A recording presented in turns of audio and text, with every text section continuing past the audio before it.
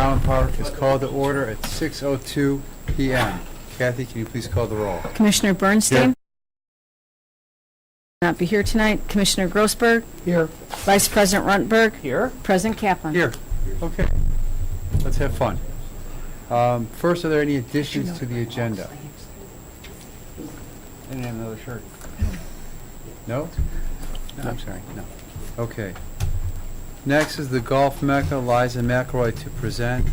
Before we start, I've received two different proposals or slideshows or shows about the Golf Mecca.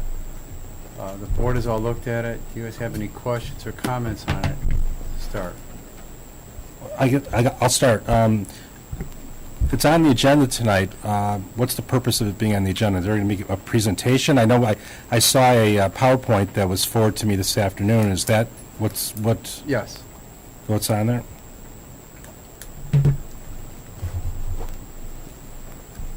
That's your comment? Well, I mean, I will start by I'm somewhat disappointed by the proposal, by the PowerPoint, because the directions that this board has given to the Golf Mecca people is that number one is that they should limit the activity to the area of where the Golf Learning Center is, and that's west of the Skokie River. I know we've had discussions back and forth about it. I really, if it bled a little bit onto the east side, I'm as one commissioner, I'm probably okay with that.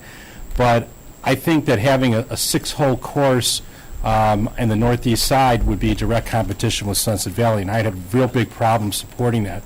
And the second thing is that the proposal that what I'm looking at right now makes no accommodation for the Highland Park Fieldhouse, which other people know as the Dome.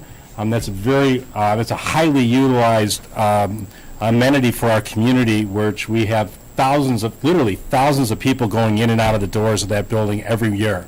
And so it's when I first got on the board, remember we toured. I was a big proponent of trying to have a type of field house facility in Highland Park, because as we know with our beautiful weather, 7 or 8 months out of the year we can't be doing active activities outside. There's field houses have popped up in the area. They're very, very expensive. The one that we looked at and contemplated even trying to think about, we went to Lake Barrington, and that field house, and that's 10 years old, was a $20 to $25 million project to build it. I mean, we have a very an alternative with the Dome that is much, obviously, less expensive, much cheaper. We don't have any obligations with it because we have a third-party vendor who leases it for them. So I'd be hard-pressed to go to all of our Highland Park residents who are having their kids going in and out of that place in between the months of November and April that they don't have an indoor facility that they could both practice lacrosse, soccer, baseball, and also golf. I mean, that place is humming from 8 o'clock in the morning till midnight. And I think I'm disappointed that the site plan that I see does not make any accommodation for the field house. And I'm going to echo that somewhat. I have no issue. I think the Golf Mecca is a cool thing, and it'd be a nice thing in some fashion for our community. But we've made it very clear that the vast majority of lot number 1 is off limits because we've promised, or at least I've promised for the last 7 years, to turn that into open space. And I cannot now say, after saying for 7 years, golf is not appropriate, we can't have 2 courses, 2 mini courses, look at this and say this is the vision that this board has had for that property for 6, 7 years. But I think there's a happy medium that we've got to come to, and if we weren't forward enough or straightforward enough, I apologize for the board, but we've always been very clear that the portions of Lot 1 are going to be walking paths and walking trails, and that's what we promised the community, and that's what we're going to keep working on. So I was very surprised when I saw this proposal. Love part of it, don't love part of it, but we wanted you guys to know exactly how we felt, and this was, it all came to us today, so we didn't have a time but to do it in a meeting. So that's where I stand on it at this point in time. Anybody else? Terry? No, I had not spoken to Commissioner Bernstein before this, but he basically took the words out of my mouth. We were at the last meeting, and we each went down the road and gave the direction in which we could be possibly supportive of this, and this just turned around on us. I'm not necessarily on board with the fact that having some golf here isn't in competition with Sunset. I'm not sure what the design for those, the holes up in the north and the northeast corner of it is. That's a little bit more than just training, is what it looks like, I understand. Those look like fairways and greens and things like that. So that would, I believe, contribute. If it was a learning center, if it was a training center, people hitting out of traps, people hitting out of tall grass, people, all that sort of things, I kind of find that a cool concept, having played golf and being terrible at it myself.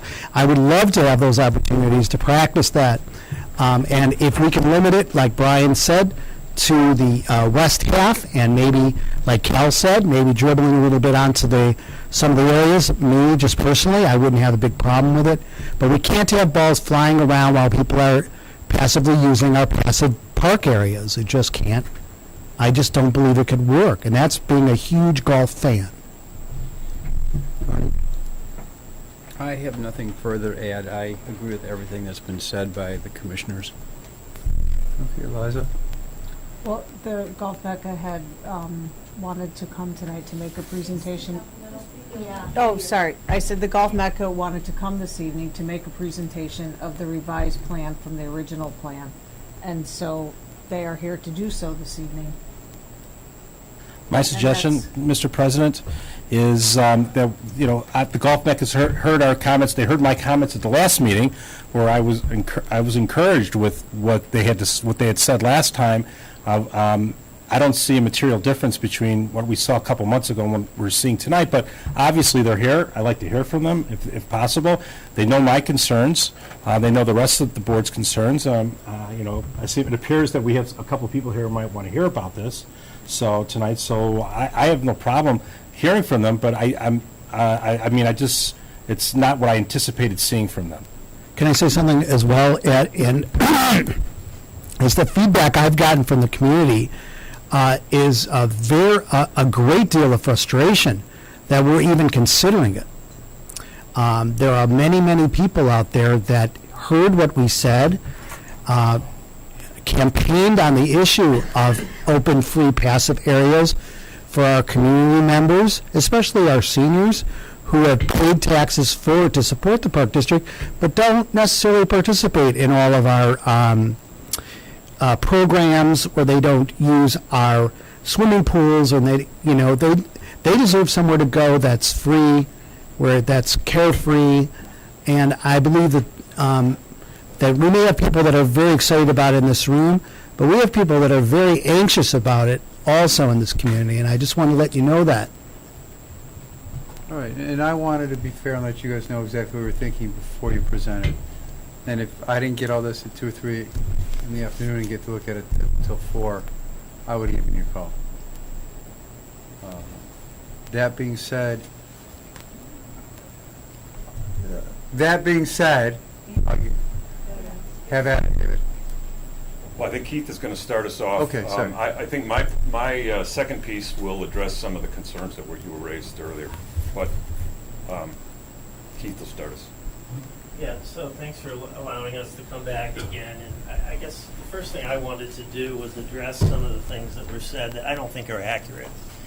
So you have 60 acres of open space on this plan. So we didn't take the whole property. We didn't even take a majority of the property.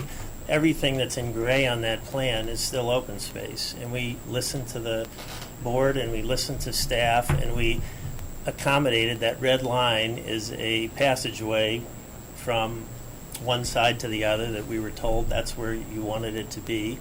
And so we did take a lot of your comments, and I was at the last meeting where you said try to keep the majority of it to the west side of the river, which we did, and the only part that really in material way encroaches on the east portion is a 2-hole and a 4-hole and a 6-hole practice loop. It's not intended to be a golf course. It's not intended to compete with Sunset Valley.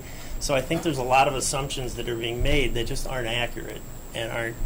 And we did our own poll in 3 days and got 154 signatures of people said that they would love to have something like this here.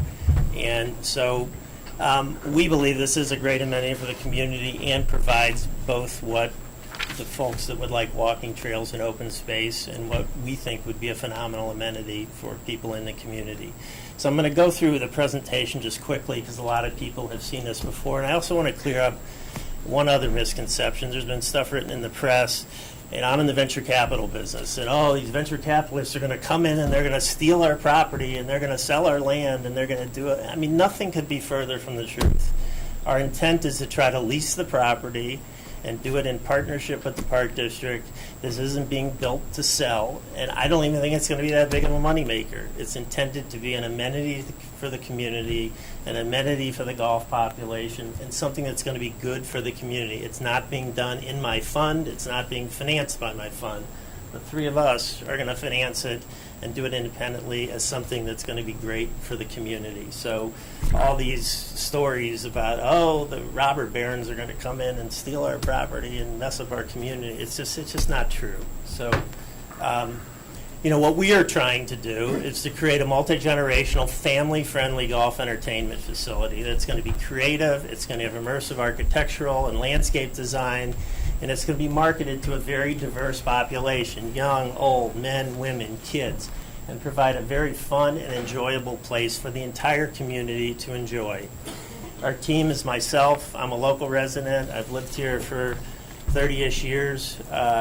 I'm a passionate golfer, and I'm also a passionate Highland Park resident. And as a taxpayer, I think this is a very good thing for the community and a very good use of public money paying for the walking trails and other things and creating income from a private use that would offset some of that and not use all my tax dollars to pay for walking trails that not everybody wants, contrary to popular belief. Dave Fairman is going to talk a little bit later about why we think this is good for the community and what we'd like to see. And Dave Essler has designed the plan as a golf course architect, and I think put together a really creative and interesting plan for the property. The features of the property, I don't need to read all this to you, but it's going to basically have 10 different segments that are going to appeal to a variety of people. There's going to be an area for kids under 10 years old to introduce them to the game, where they can play and be kids and make noise and not be offending other adults who might not like that, which at some golf courses takes place. There's going to be an amazing practice facility where you can practice shots that, as you said, that you can never practice, hitting around trees, over trees, 120-yard bunker shots, hitting out of high grasses, doing things that you won't find anywhere else in the country, to my knowledge. We're going to have a 9-hole little pitch and putt type of course called the Angry Nine. This is going to be a very, very unique design of no holes more than 120 or 125 yards, but it's going to be something different than exists in this community or anywhere. We're going to have a Himalaya-style putting green that's going to be modeled after the putting green at St. Andrews that, again, will be fun for contests and families and all kinds of unique and different things.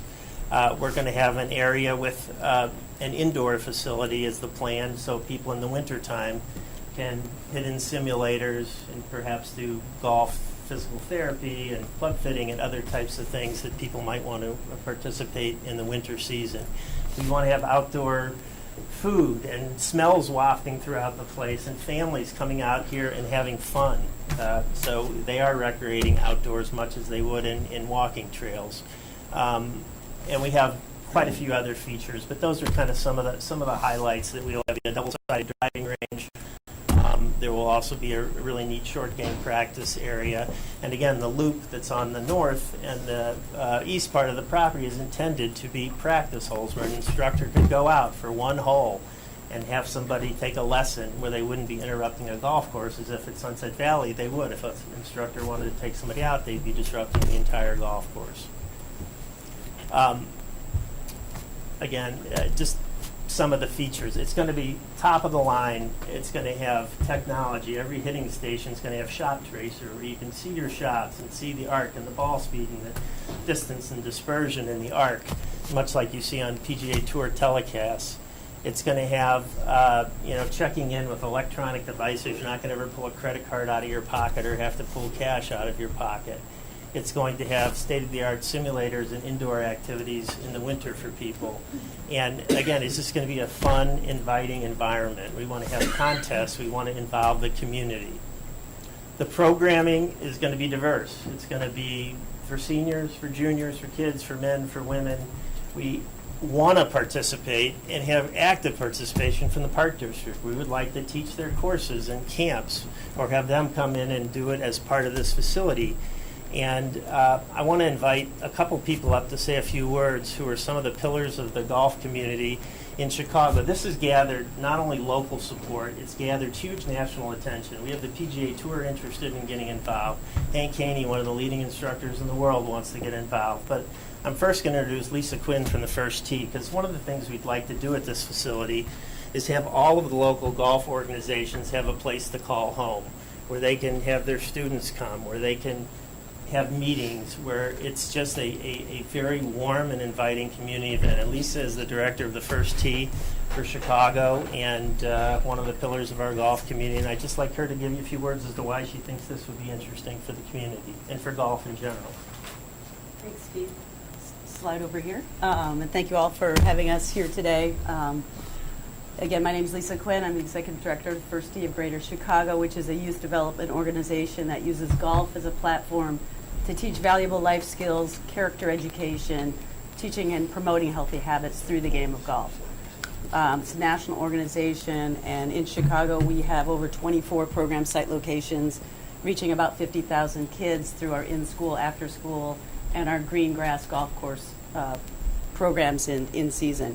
And I would just say, when I first saw this proposal of this facility, I was just stunned. It was, to me, what golf needs now. It needs this type of facility for the next generation of golfers. It also needs it for the older generation of golfers, which is the largest population, and is going to be the #1 influencer in the game of golf in the future for kids. Grandparents and kids having activities together today is one of the most important things that is happening. And grandparents are introducing young people to the game of golf at highest levels ever. So it's an amazing opportunity to bring generations together through an activity in a facility that is conducive to both older people who are not able to play 18 holes of golf anymore, but still love that sport, that recreational opportunity, that emotional time spent with their grandchildren and younger kids and their own kids, adults, practice facilities that kids can develop through all stages of their lives, because the game is hard, and to keep them engaged in it, they need to be successful. To integrate technology, because technology is what it's about. So how do we keep kids excited about an activity? You have to bring technology into it. So it really fulfills so many aspects of what golf can be and what it can be to a community in bringing kids and families together. And I'm very excited about it. Would love to be a part of this going forward and bringing the First Tee programming here to benefit the young people in this community. And I fully endorse it, and I hope you will see the value in what this can be in terms of not just young people, but a community and the game and an industry. And one other thing, from a charitable standpoint, golf is a very large driver of charitable dollars. There's over 10,000 golf outings in the Chicagoland area. A facility like this could provide charities with a unique place to host events, to raise money for their charities that support the communities in where they live, in Highland Park and the surrounding suburbs, and even Chicago. I mean, this facility could do so much for the nonprofit organizations that are looking for affordable options using golf, which really does drive a lot of charitable dollars together. So there's many other opportunities that this facility would provide. So Thanks very much. The next person I'd like to come up. I mean, that's not how we run our meetings. I Yes. mean, everything goes through the president. So the next person I asked to come up is Pat Goss. Pat has been the longtime coach and director of golf at Northwestern University for both the men's and women's team. I'd like him to just tell you a little bit about his story, how he got started in golf, and why he thinks this is a good idea. So Pat, please. Are you guys presenting to the audience or to us? You It's a good question. Well, it's actually a very important question, because so far your presentation has been to the audience, and we'd appreciate if you've made the presentation to the board, because we're not here to let you, as an opportunity to make your sales pitch to and get the enthusiasm of the community. We understand that, you're doing that, but you're here to present to us, please. And I will add this, and I'm very familiar with Yes. you, Pat. I've been to your facility. Yeah, of course. Excuse me, I'm speaking.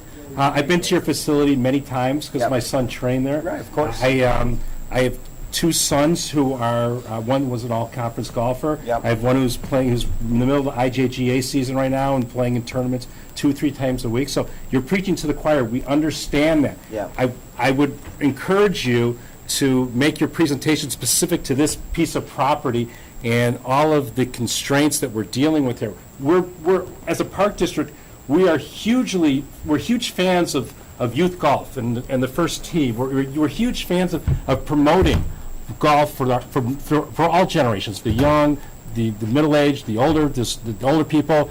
I mean, I've been living this for the last 8-10 years with my kids.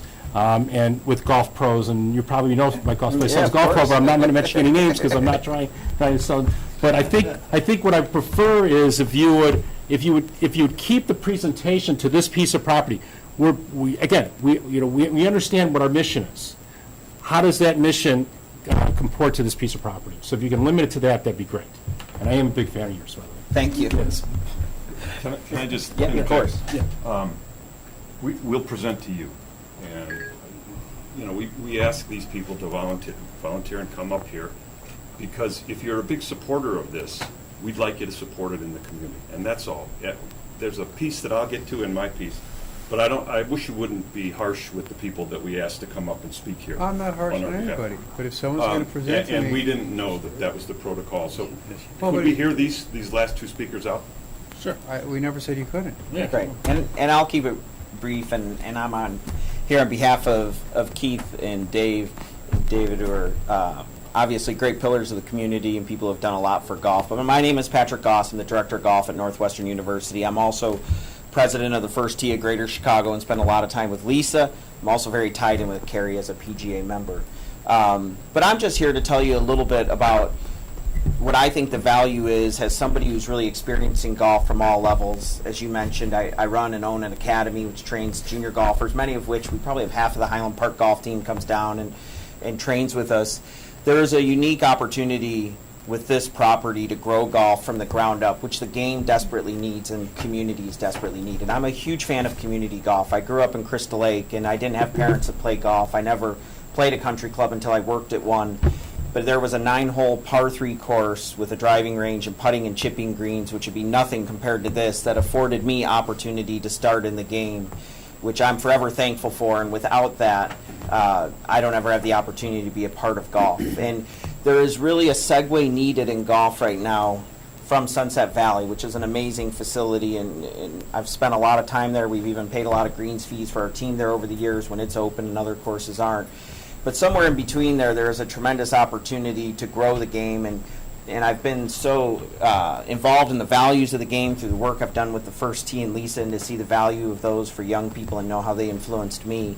So I think somewhere this is a tremendous idea that would really take the golf world by storm. It would gain a lot of media attention nationally as well as locally, and would really benefit the community. Where as a fan of community golf, to picture a facility where the 85-year-old grandparent can be out with the 5-year-old on the putting green, and you progress through all the different levels and get exposure to the game is going to be something that's going to be heavily utilized, really benefit the facility. And I'm just really here to speak out to the opportunity to do something unique that doesn't exist in golf, that I know the community would greatly benefit from and would really help grow the game and just be a great general recreational activity for the city of Highland Park. Thank you. You're welcome. Thanks for letting me use the facility. Glad you came. And last but not least, Carrie Williams, who heads up the Illinois PGA, and asked her to come and just give her view of kind of what's going on in the state and the area and why she thinks this could be potentially interesting. Well, thank you for listening to us this evening. I am with the Illinois PGA, which is a subsidiary of the PGA of America, which represents the men and women PGA professionals that serve the game and are the experts in the business and game of golf. And I think that with this particular piece of property, Highland Park has the opportunity to redefine golf on the North Shore as golf is being redefined throughout the United States.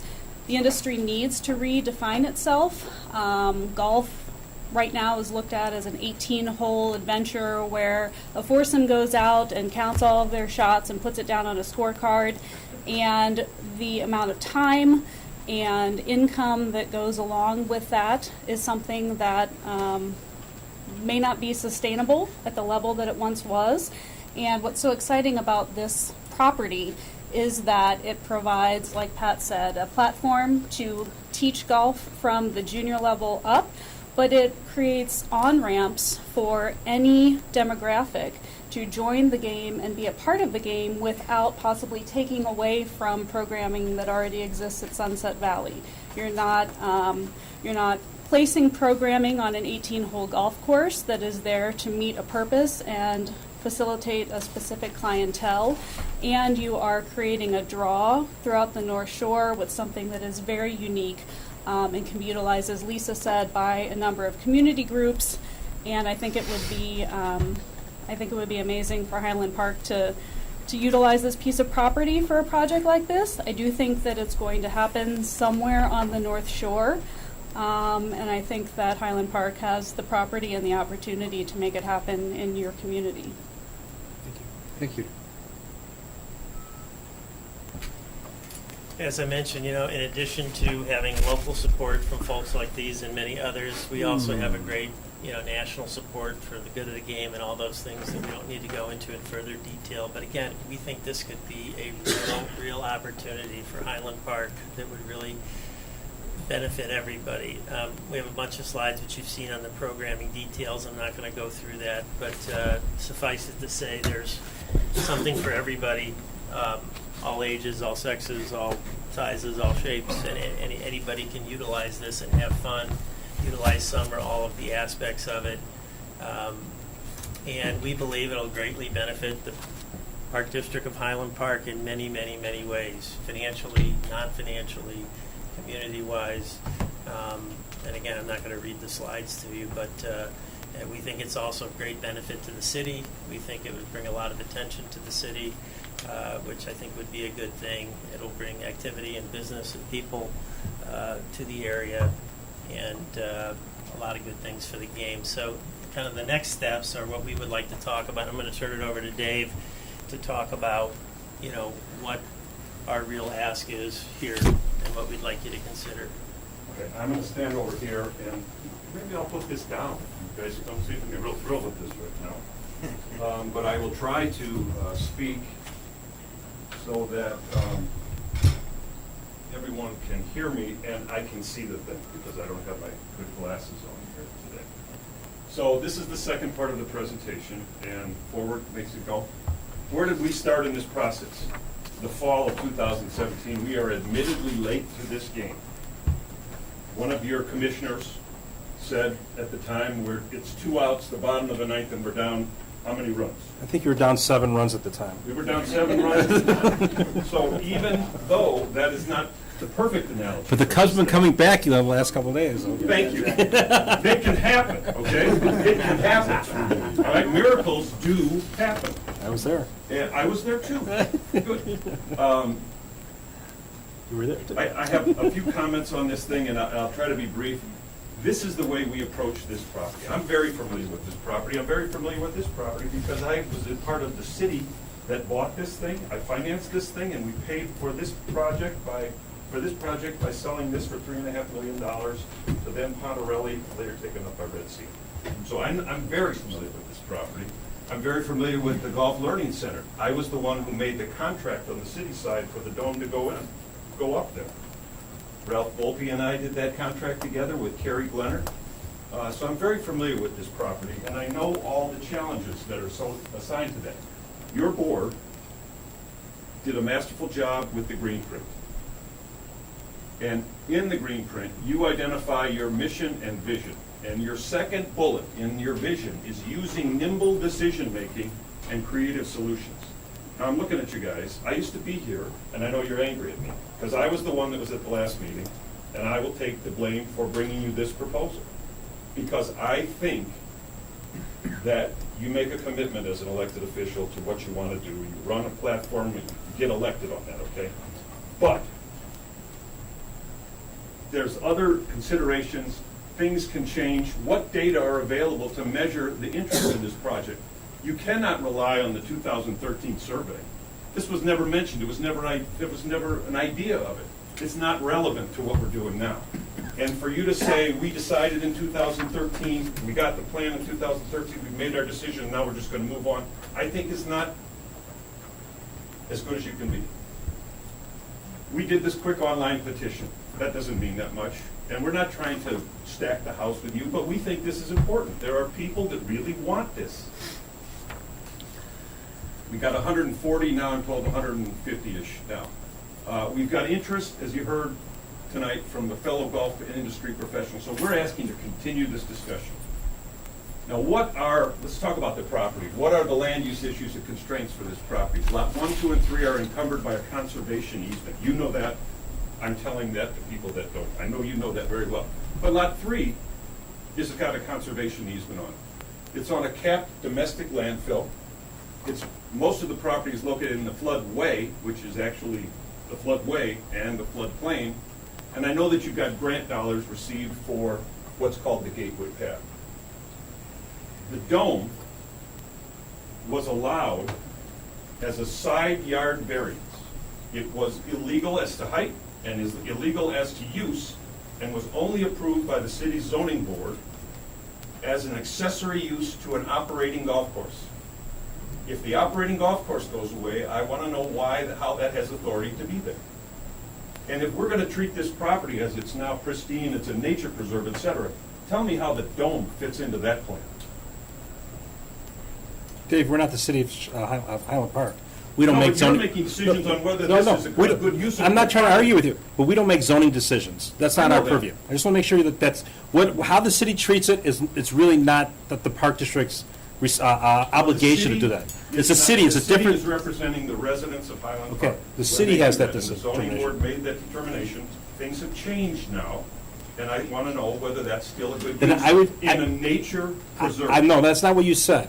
What you said is that it's an illegal structure because it doesn't I have did the not say proper illegal. zoning. You said it didn't have the proper zoning. Take that up with the city. Don't take that up with the Park District. I didn't say it was illegal.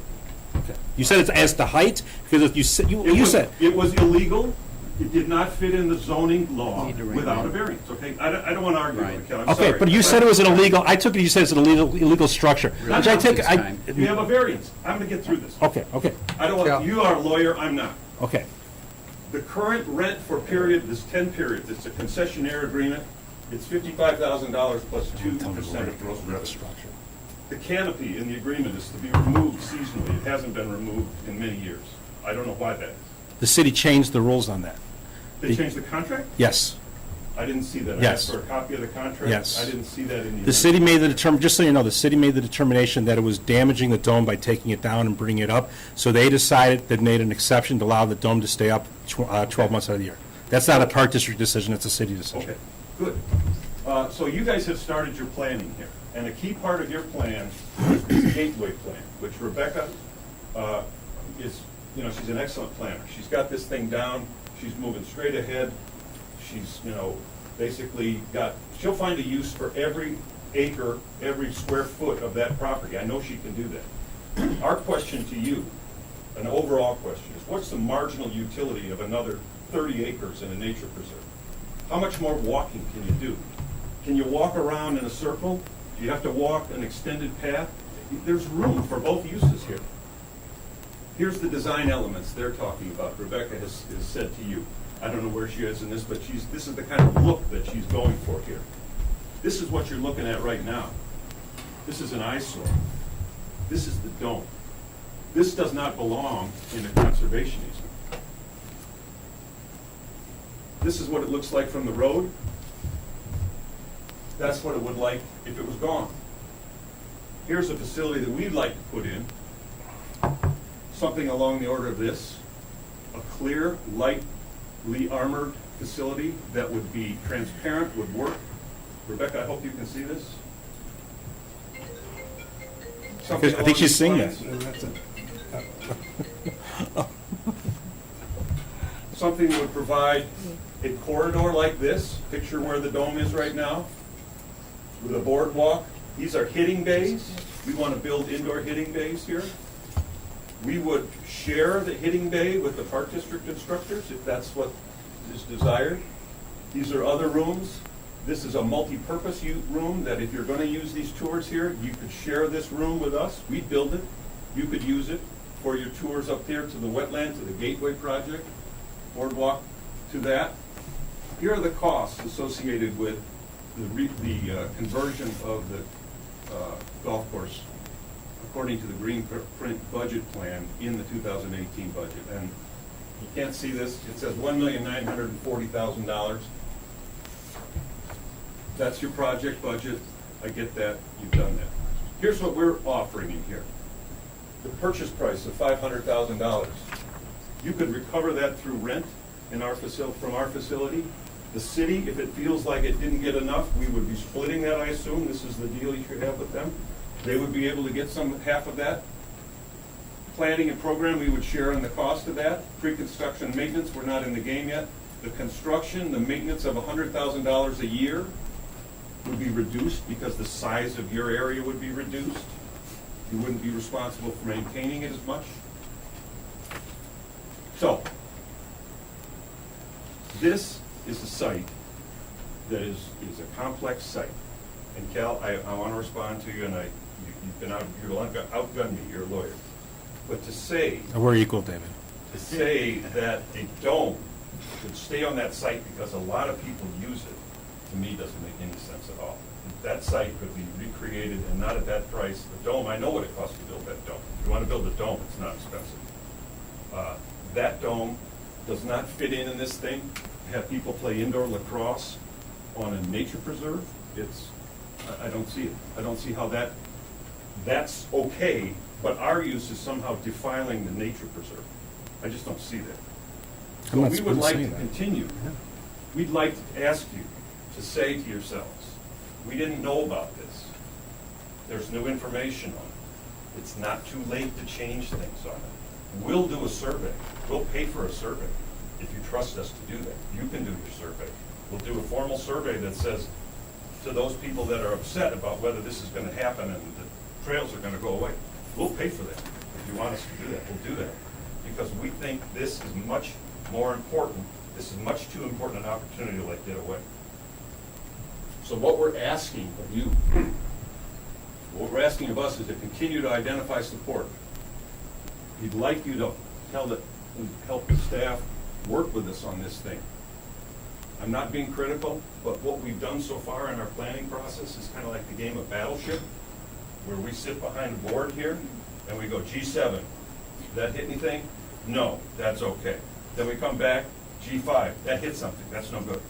You guys were very direct. I'm not being critical, but if you guys embrace this thing, we could make this everything you want it to be in terms of the walking trails and everything it should be and could be in the golf usage. We're prepared to prepare a formal proposal for a multi-year lease. We know we can beat the revenues that you're getting from the dome. We know we can match the revenues that you'll create from the driving range. What we're asking of you is that you give us some assurance that you're not going to allow this dome to go on for 5 more years. If you are, why not bid this thing? Why does this operator get to do this here on this public piece of property when the term is over? Why do they get another 5 years? And at the end of the 5 years, what happens then? So we're asking that. Probably not a good ask tonight, given the tone that you guys have given us, but we're asking for a straw vote to indicate that you have a willingness to continue our discussions and tell us at least that we made it into expert minutes. That's where the Cubs funding. Okay? So, that is my presentation. I'm sorry if I raised my voice, It's okay. and I'm sorry if I caused heartburn for you guys, and I just am really asking that you take a look at the majority of this thing. We started over here. We started over here. You said, don't do that. We don't like that. This is the high ground. This is the woods, et cetera. Go over here. We went over here. And you told me, keep it all over here. And we had a discussion, and we came back with this. So I'm the one that's at fault for that. Not necessarily, Dave. Part of the reason, I'm Dave Essler, golf course architect partner in the deal. If somebody needs to take a bullet for this, it's probably me because I drew it. But the questions that informed our design decisions here, yes, we need to keep most of what we did west of the creek. Over the last decade or so, I've been involved in probably a dozen workout bankruptcies, mostly in the southeast, where golf courses go away, existing homeowners associations get upset. And so, while we are certainly not obligated or required in any way to utilize the loop that surrounds the Legacy Club, it is frankly a best use type of practice in our industry to retain the existing land use, whether it's written in the covenants for a sales contract that, you know, a lot of folks in the Legacy Club signed when they purchased properties, or if it's just an understanding of land use outside of the back door that protects their land values and home values. That's why we put golf over there. In addition to that, and I'm sure David is right, that Rebecca could find a use for just about anything, those are narrow strips that aren't necessarily attractive in terms of native area massing. I mean, you've got 65, almost 70 acres of restored native prairie, oak savanna, wetlands that, if you look at the rendering, the reason we rendered everything green and left everything alone, everything that's gray is intended to be naturalized. This is not a sod farm. This is not an area that, you know, we need to obviously conduct golf over the green spaces, but the intent in my background and my proclivities lean towards natural landscape. It's the right thing to do. It's cost effective. It's what residents want around their trails. And the transitions from the maintained green spaces of the golf rendering go into native landscape. And we've organized the trail utilizing the existing infrastructure. Rebecca wanted the halfway house. Certainly we don't have a need for that now that we're mostly on the west side of the property. But those are the two things that really informed the design decisions. That we felt like we were utilizing land that nobody wanted with the loopholes, loop golf holes, the legacy golf holes. And that's, you know, we have 90% of our programming west of the river.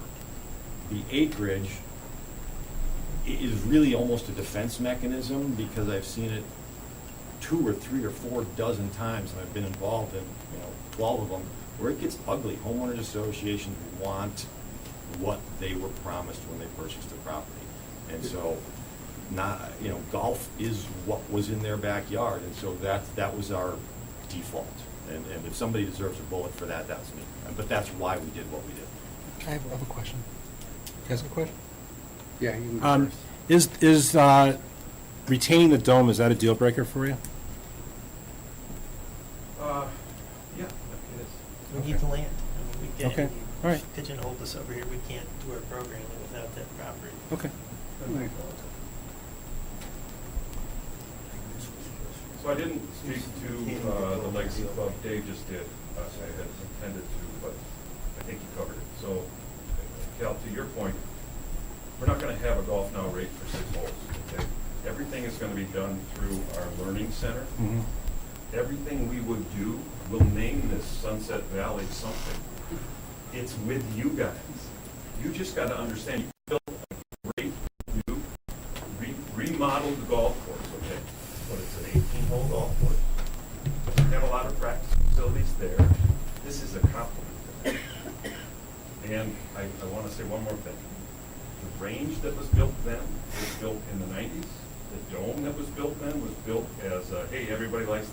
balls that's hit it in there. It has evolved its purpose to the point where it's making money for someone. And, that could be a restaurant there. It could be, how is that an allowed use in the conservation easement? I don't get it. And how come there are blinders on when it comes to the dome sticking around? It's an ugly facility that has nothing to do with the conservation.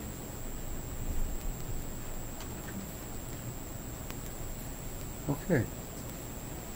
You want to know our thoughts? I'll tell you my thoughts. Yes, please. When we started, I told you that I wasn't opposed to continuing discussing the Golf Mecca in some way, shape, or form. I'm still not opposed to it. Speak up. I'm still not opposed to it.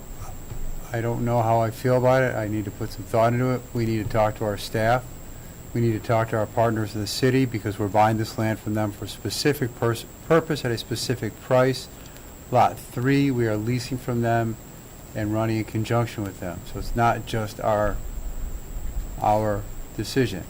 I don't want to start a long debate, but I want to address two things.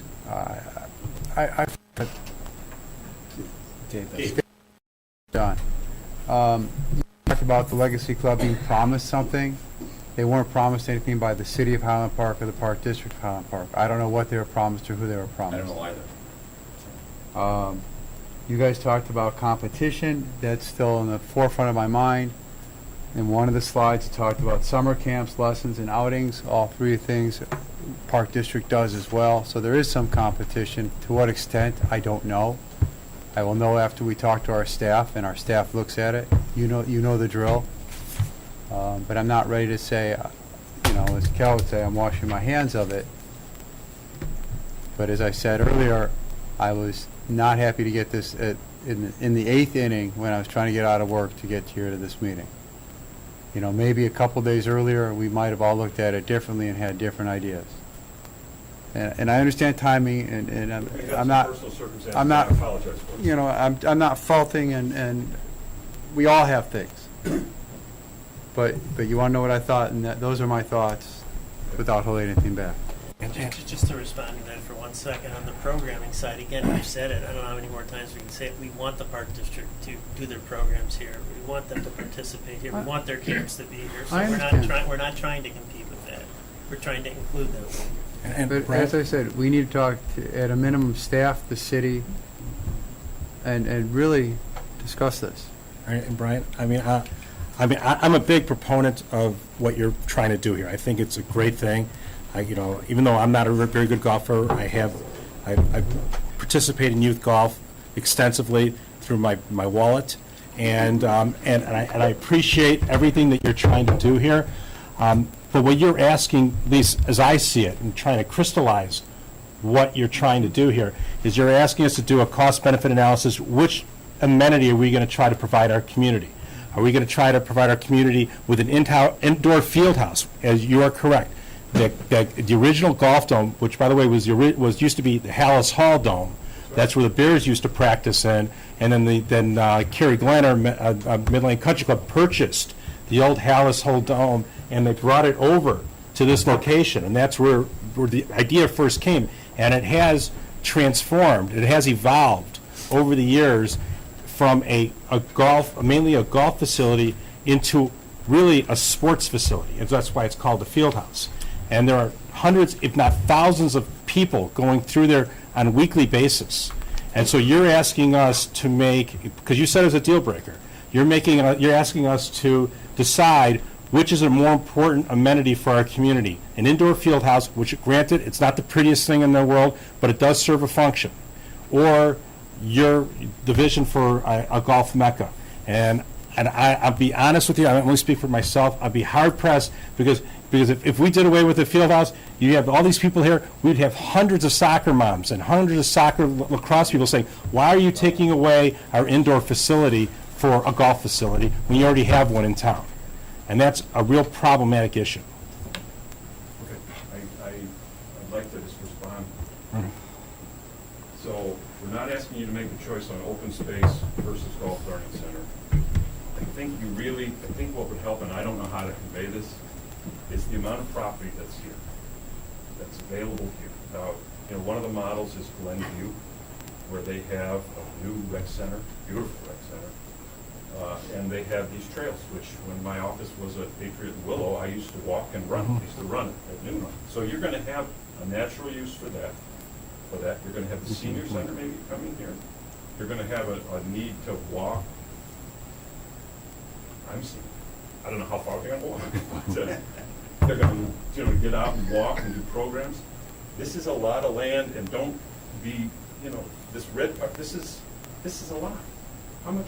What's the marginal value of another acre of open space of land? It has no price, and that's the part that you're just not getting. Open space has no price tag that we're going to ever attribute to it.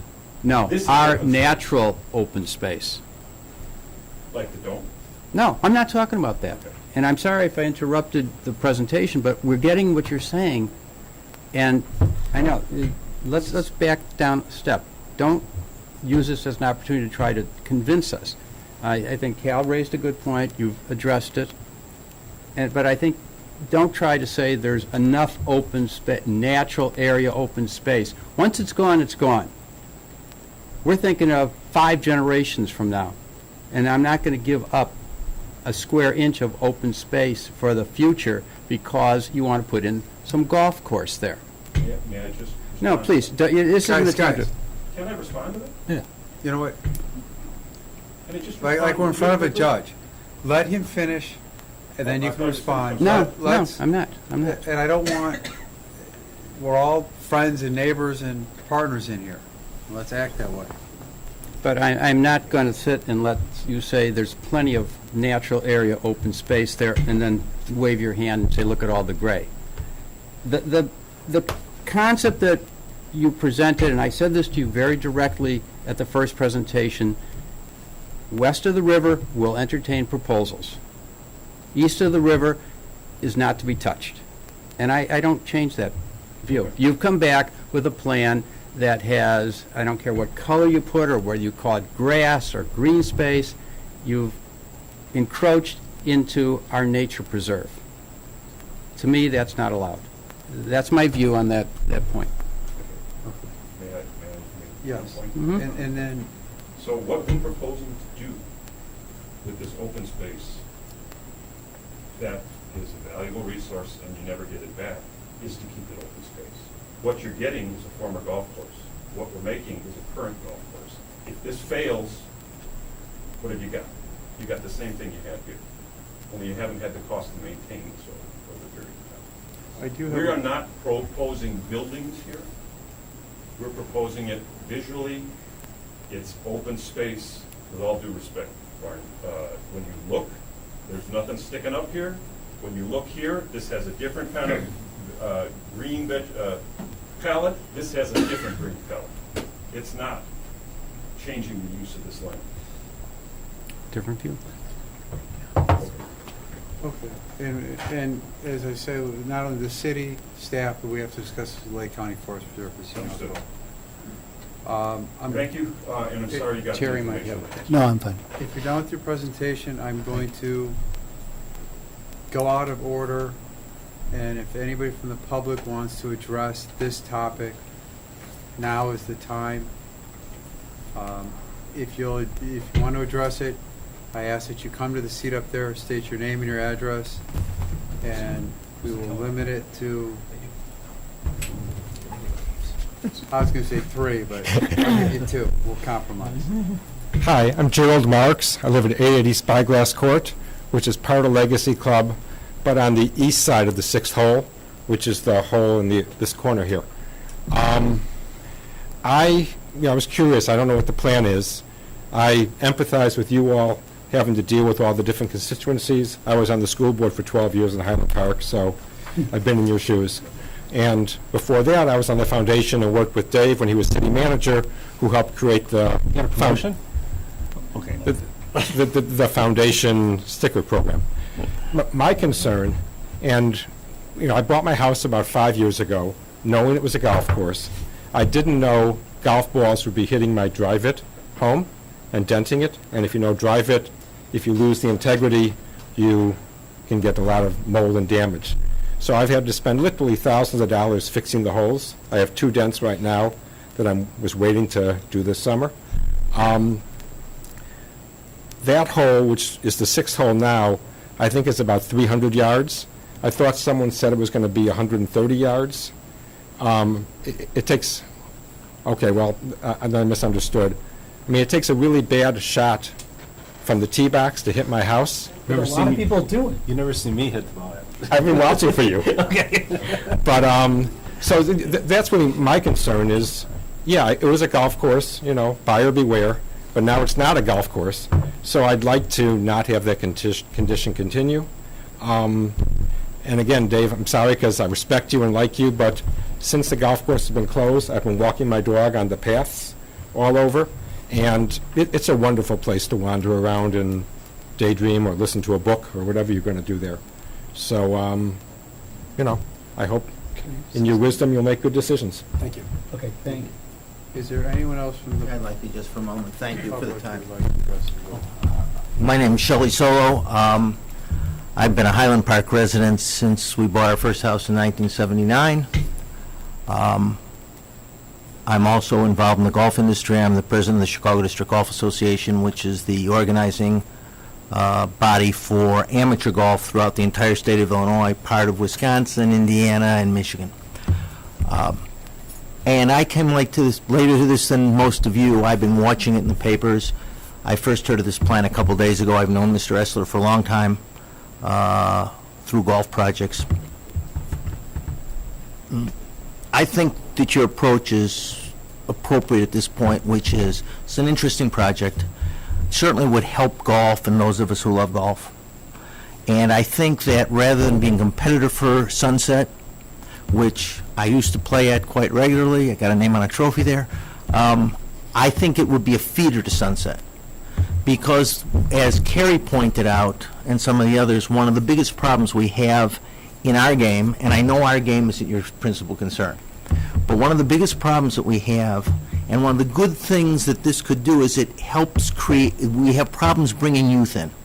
An organization I'm part of, our foundation, is helping provide low-cost golf for kids. The Youth on Course program provides golf for kids at $5 a round. We also provide golf for disabled vets through our foundation, and this would be a lovely place to help teach them as well. We've got facilities all over the city, and we also do it for kids with developmental handicaps. And all of this would fit very well here and would be a benefit to our community and surrounding communities. The issue, as I see it here, is that you've got some problems on the east side. Now, if I heard David correctly, while the east side would be fine as a teaching facility, it may not be central to their plan.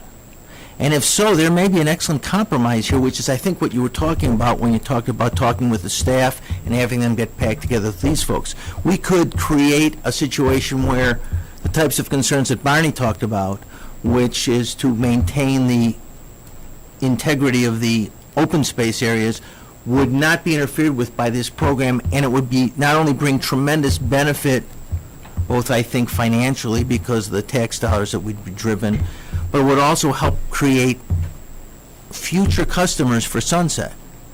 If we don't bring youth into the game, and we're working very hard at it, the dollars that communities like yours, as well as clubs, have put into golf will dwindle.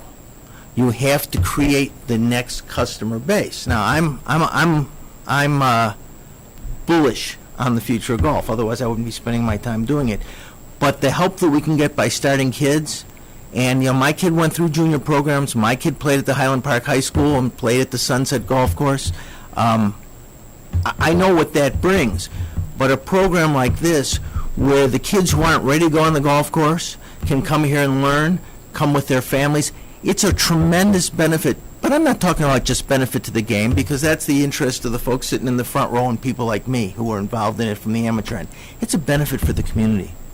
It's a great activity that people can play all their lives. The guys playing lacrosse aren't going to be playing lacrosse when they're 60 years old.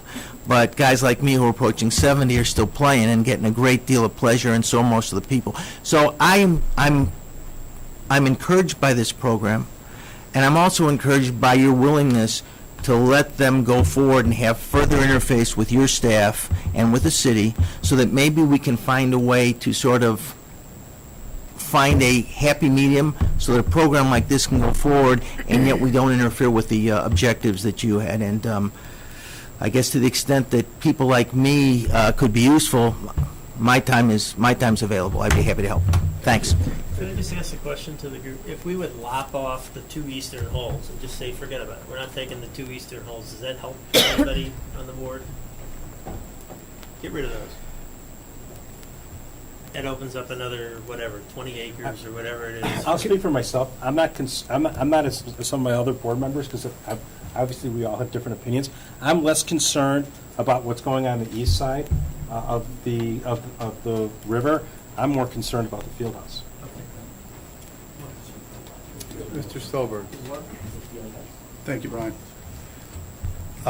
As the Park District knows, my name is Adam Stolberg. I serve on the Highland Park City Council. I'm also liaison to the Park District. So, Dave, I've known you a long time. This golf mecca is absolutely incredible. My concern as a council member is not whether the mecca would be successful, but from a deal that we're in the middle of with the Park District that we haven't even finalized the documents and signed off on yet, is this the right site? And the reason I ask that is the Park District came to us telling us that golf couldn't make money, that they were hemorrhaging cash, and sought our permission to cease golf operations at Highland Park Country Club. We had provisions in the document for appraisals. We had 3 appraisals that settled somewhere in the neighborhood of $2.6 or $2.8 million. The Park District said that is simply not something they could afford. And the purchase price of this entire property, with the exception of Lot 3, which we'll talk about in a second, which is the far western portion, is $500,000. Part of the reason that the city felt that it was appropriate to sell public land at 1/5 of the appraised value was because it's a governmental partner serving the same base. And even in the documents that we're creating, the Park District in those documents is committing to spend $1.4 million into these open land nature preserves, which and I don't speak for the council, I don't speak for the mayor, I speak certainly for myself here, which helped me get closer to that $2.8 million value as a package. One thing that you have not addressed that concerns me terribly, and I know this is at the forefront of the mayor's priority, is we have hundreds of people every time we have storms, and we've had several 100-year storms this year. Yeah. Stormwater management. We have houses that are literally feet, not inches, but feet underwater. And the mayor has been pushing very hard, and I commend her on her efforts, pushing the Army Corps to do something they don't always do, and that's move at anything other than a snail's pace. And your par 3 9-hole to the north there, if I'm not mistaken, is right smack in the middle of where some of this overland detention could potentially end up. No, to the left, up, north. Par 3, right at the top there. Keep going, left and up. To your left. Angry 9, thank you. Good, okay. So, and I know that, again, that was one of the stickling points in our document, was that whatever the Park District created, they had to be willing to relocate it or be compensated to move it if the Army Corps said, we need that for detention. Lot 3, which is to the far left of your drawing, my left, is not under a conservation easement, by the way. I don't believe it is. It is? The whole piece? We've confirmed this probably Okay, 3 but that's the times. dome, that's capped. Yeah. Okay. So I think my concern is if the Park District didn't negotiate with this already at the terms we had, as a city, and I'm not telling you how to run your Park District, but I would have a problem with public land becoming available and one person coming in here and saying this is what we want to do. If this golf course couldn't make sense and the Park District didn't have a use for it and an appropriate purchase price and investment in it, we probably would have gone out to an RFP. And we would have said to the world, bring us your ideas, bring us how much this is worth. We have 3 appraisals at north of $2.5 million. So that's kind of what, again, speaking for me, not the council. The idea is magnificent. I just, the way we are on this negotiation with this site and what it was intended for is problematic to me. If this is a use that the Park District feels should be on this facility, on this piece of dirt, then it should go out to RFP for anybody in the world to see what the most appropriate use is here. And that's no disrespect to you. And I, you know, so those are just my general thoughts, but please keep in mind one thing as we talk about Golf Mecca and golf and who uses it and Park District programming, the one thing that you did not touch on that is very vital to me, and I know the mayor, and I assume most of the rest of the council, is that stormwater management piece. And I would hate, for whatever happens down the road, that Angry Nine, all of a sudden to be smack in the middle of where the Army Corps says we need to run millions of gallons of water in a detention pond and things like that. So, thank you, Brian, and board. Actually, before you do, when you first proposed this at our meeting, when was that, maybe April or whatever, a few months ago, that was my biggest concern, especially where you had it previously located, is that pond there, it very rarely stays within its banks, and that river almost never does, and you use the perfect term, because we've had the several 100-year floods in the past 5 years. And so my concern was actually for the viability of your program on that piece of land, looking to protect you all, but you know more than I do about it, but I don't see it as feasibly staying open.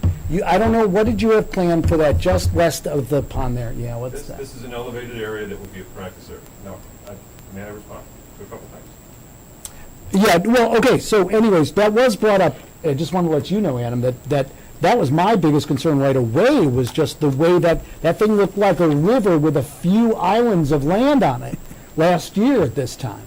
Go ahead, sorry. Adam, thank you. A couple things in response to what you said. We are aware of the stormwater. We also are aware, and we told you that when we came into this thing, that the stormwater solution is not a local solution. I mean, it's a regional approach. If we were to make this, and if you were the landlord, and the Army Corps of Engineers said, we need to take this land and make it a pond for people upstream, that's a taking.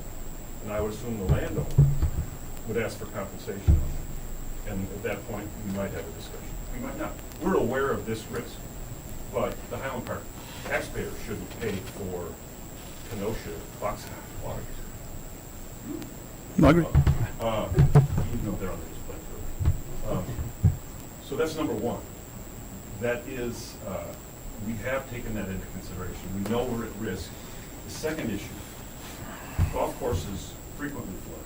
Sunset Valley floods, Bottleneck floods, anything in the Skokie Valley floods. If water stays on golf grass for more than 5 to 6 days, it kills it. If it stays on it for 2 days, it's muddy. That's all. It gets pumped out, goes away, you go back. This is not a day of lost revenue does not wreck this. 2 days of lost revenue does not wreck this model. Taking the whole thing away is a different piece for stormwater. So I think that conversation would be had by the people that own the land at the time. But please keep in mind, Dave, and it's whether it's impacting to the city or to the Park District, and again, without going too in-depth into our agreement, the Park District has made concessions, and we have agreements as to what if there is, and you use a taking or eminent domain or whatever you want to call it, fairly compensated, as the lawyers in the room will talk about, and I'm not one. But again, that is part of the overall analysis too. The fair value or the compensation to reimburse the Park District for some walking trails versus what would be what I would assume would be a much larger capital investment in difficult Angry Nine to relocate are two different things. And that just appears to be right in the bullseye zone of where potentially the Army Corps is talking about. And that hasn't been decided yet, and you know how slowly they move. But we also have an obligation to all those residents who are calling us every time they get flooded to further explore that to the best of our ability too. Thanks. Anybody else in the public wish to address the board on this issue? Going once, twice? Cal, Barney, Terry? Thank you, guys. Thank you. Thank you very much. Thank you. Brian, I suggest we recess for 10 Yeah, minutes. we're going to take a 5-minute recess. We'll come back at 7:15. So Pat, Lewis Sauer. Lewis is going to, so my oldest, who's now 25. There are varying degrees, but I'll leave it at that.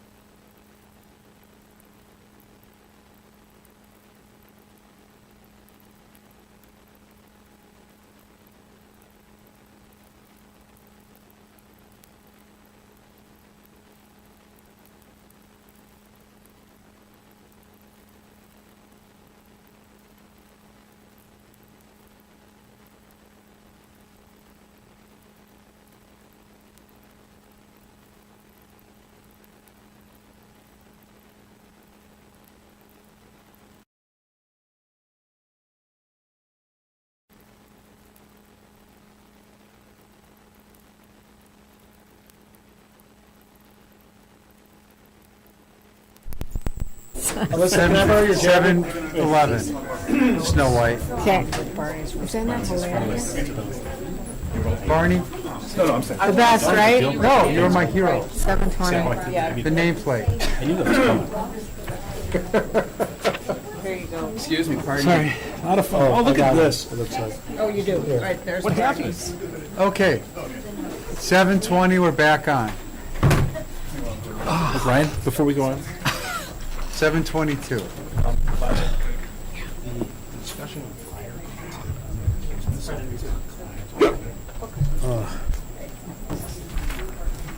Okay. What's next, Brian? Back to the fun. Highland Park Country Club agreements. Liza McRoy to start presenting. can we just put this in the end? Okay, Well, well, that's what it, Yeah, that's what my cheat notes I say. know. So at any rate, as you know, we had forwarded to the city the the 5 agreements that we've been dealing with regarding negotiations for the Highland Park Country Club. The city council met last night, and Geeta has provided us with comments to each of the agreements where the council had questions or comments for us to consider tonight. So I have made a copy of the comments from Geeta and provided each of you with those comments, and there are some notes associated. I also spoke with Geeta this afternoon and hopefully might be able to clear up any questions, although I do know that there's probably help in the front row because Adam and Alyssa are both here, so. in the front just row. in case. In discussions with Brian, we thought it would make sense to just go through these point by point. And there are reference points for most of these items, and you do have the agreements on your computers. So, Let me let's start with the tree nursery. The easiest one.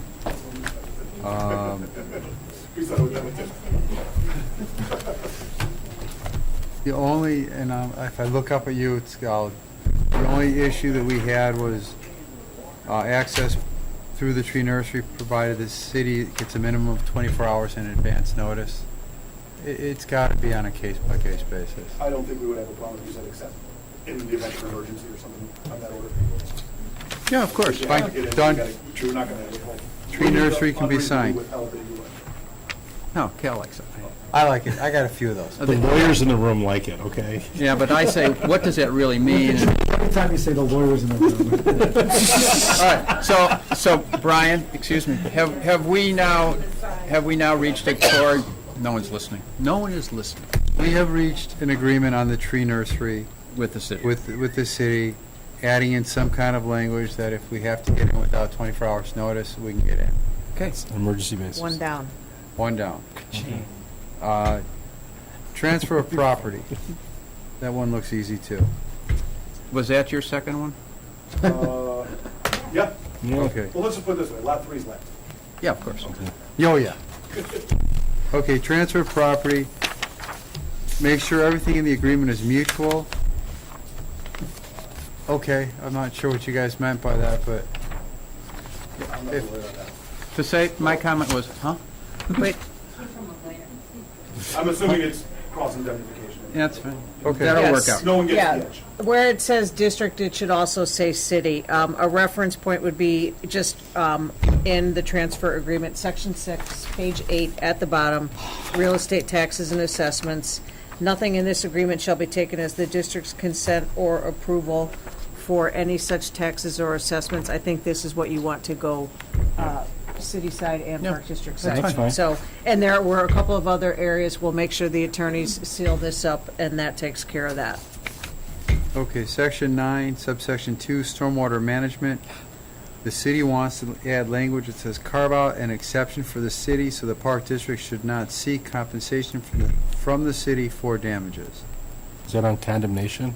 Or there's like, We said that we get, it's provided by law, which basically the condemning authority is the one that's responsible and not the city. I think that's what we were going for too. Yeah, okay. So we don't That's have a fine. problem with that. That's fine. Okay, That's 2 down. it's been months. That's Let's do lot 4 next. Okay, good idea. Lot 4, Just so you know, it took us 90 minutes to get through No way. I will double anything you've done. No way. Quadruple, Terry. Terry's never going to do That's another that point. document. the Why don't we rest go of from the bottom up?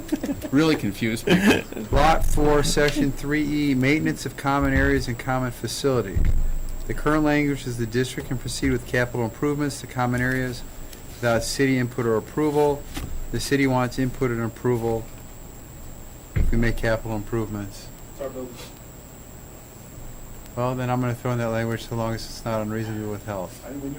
The lawyers in the room did The that. actual thought that I was having is not just to say that, but to take a look at it at some point. And as we propose a remodel, we'll probably say, let's put a partition wall and divide it. And after we do that, the next subsequent remodel, 20 years later, et cetera.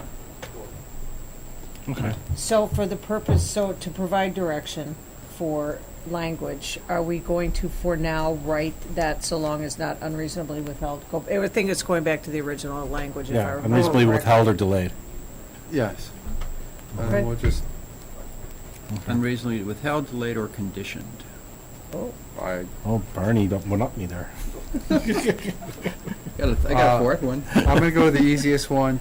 Section 9, parking lot agreement with the capital A should be made agreement with the small a. We're okay with that? Yes, we are. Yes. Okay, Section 9, parking lot. Include language that sets forth minimum of 35 parking spaces for seniors. Keep all other language which sets forth an agreement must be made before seniors relocate. New parking lot would be constructed and city and district shall discuss location of designated spaces. Parking to be reviewed annually thereafter. And what we had presented was, for the most part, that language, but based on the discussion last night, the city came back and I think that the fear is that none of us are gonna be there when the seniors, when all of this happens, and that there was concern expressed by the city, I don't mean to be speaking for you, but this is the conversation that Gita and I had, that it would be nice to have a number selected, and I think we've been back and forth, we're at 50, and so they had said, the city would like to have some number outlined in the agreement, and that was, and because their concern is seniors, and as we've expressed, our concern becomes, young moms who have strollers and all of that, and I think there was then discussion about, do we sign for young moms, and I think we have to figure out, and I think that's what really turned in the conversation into, let's meet, discuss, designate, and agree to when the construction takes place, which I still think makes the most sense, so we're sitting on the Yeah, 35. I think we're okay. Okay. I think we're, I would, then we have another Terry? one. Okay. 9.3. All right. Concerned that we are limiting ourselves to a future that is unknown pertaining to the parking. Add language that district approval shall not be unreasonably withheld. That should be 9E, not 9.3, for your reference, and let me get there. This talks about no regulations prohibiting district patrons from using any portion of the parking lot? Is that what we're talking about, not unreasonably withheld? Is this the provision that you guys had about that we wouldn't ever charge fees or? Yes. It's that section, yeah. Yeah, the language that was added was, except as otherwise provided herein, there shall be no city regulations prohibiting district patrons from using any portion of the parking lot or requiring any district patrons to use any designated portion of the parking lot. And the feedback that, because the future is unknown, the concern was that the city didn't want to be paralyzed by placing no restrictions at all. I believe that was my conversation. And you with also see Gita. my other note that's there. Okay. Calvin? Fine. Terry? Barney? Yes, and Adam has in front of him the page where I wrote no sticker. So, and we're all agreeing. We actually had that public conversation last night. Yeah, can I take a look? My wife? So we're good? Yeah, Leave it and as there will be a is. no sticker, the language will be followed. Okay. Oh,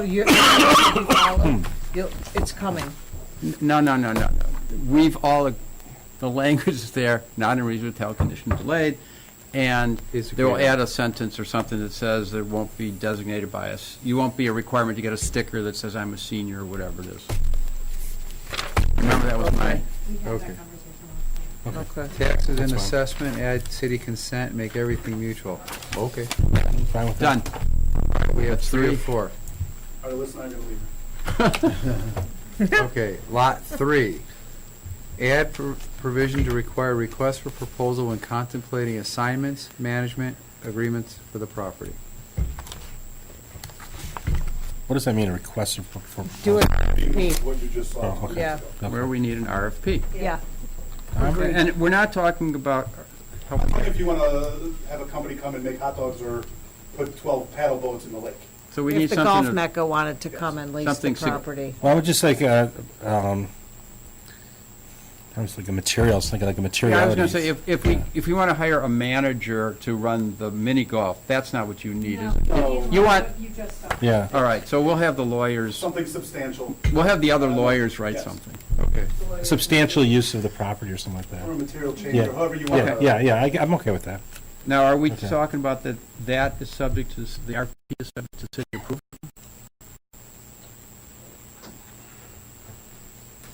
We did talk about it last night, and that we have certain laws and rules we follow, things like prevailing wage.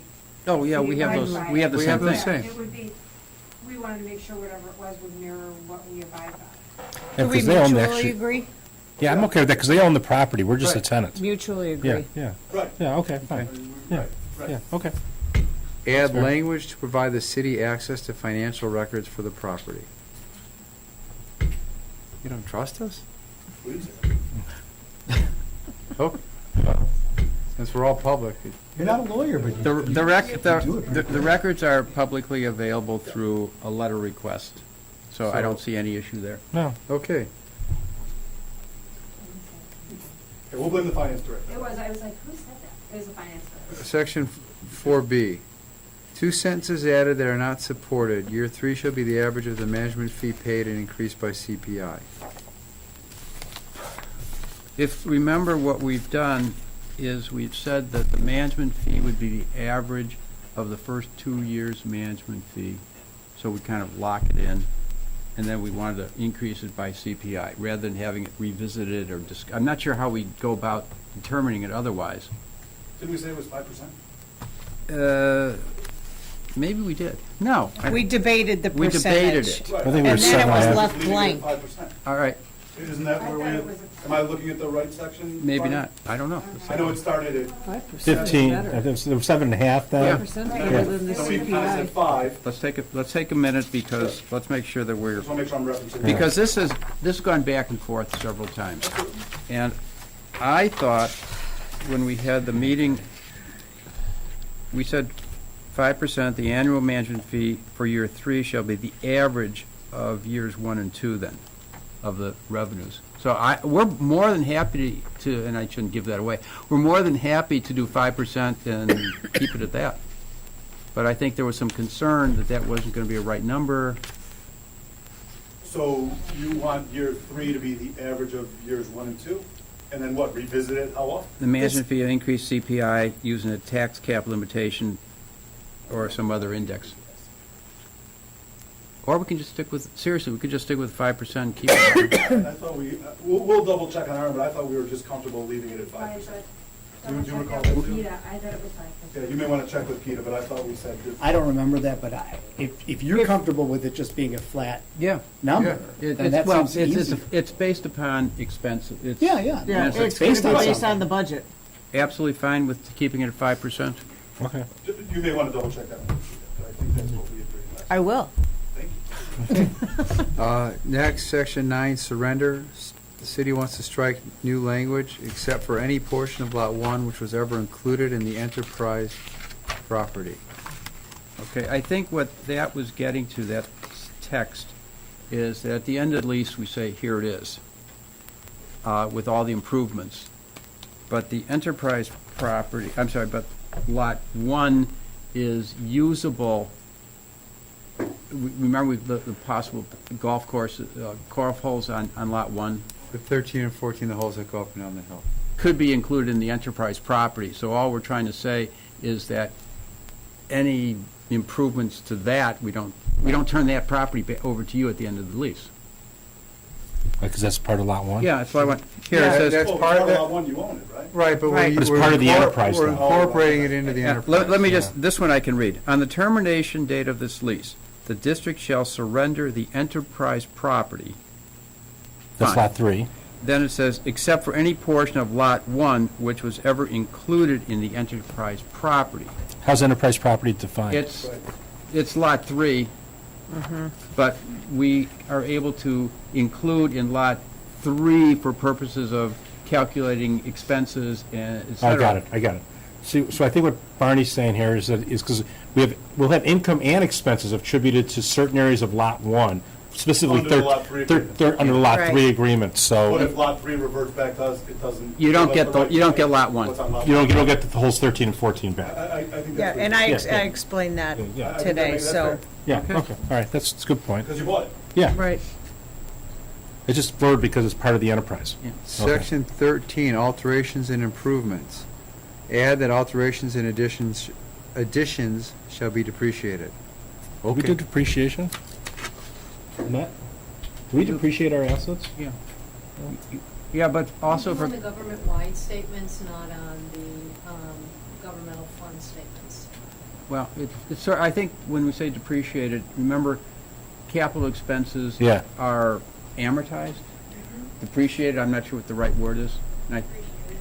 Okay, so that's what we agree with I that. think what we're saying, Barney, is to put in $1 billion, 6 years later, for whatever reason, you give it back to us, you're not getting $1 million back. Well, there goes my math. Right. No, we understand. The Okay. value is depreciated. Absolutely. Okay, fine, all right. Lips, God's ears. Who's that lady? I like her. She can stay as long as she wants. All right. Let's go to the hard one. Okay, termination, section 18. Calvin, Pay Okay, attention. yeah. the city wants to change 10 years to 5, 5 years to 3. Well, let's do the easier part. Add language that sets forth city reimbursement of capital is based upon depreciated costs. Fine. Okay. And the last one. Whose asset are the capital improvements at the end of the term, then turn over to the city? Well, I want to ask, if I may, being formal, is that what the question was, or is it for whose books is it carried on as an asset? Whose books get depreciated as an owner or a tenant? I don't Yeah, know. so when Gia and I talked today, ironically, Julie Logan had reached out to Annette, our finance director, to set up, they're going to have a phone conversation tomorrow, and between them and the attorneys, we'll get the language right. Those are the people. So that need to that's- do it. That's fine. So that's the answer. Okay. Okay. Termination, change 10 years to 5, 5 years to 3. Can I read that provision, Barney, you have there? Well, let me just, you don't I have don't a have copy? it. All right, Okay. this comes up in two contexts. Okay.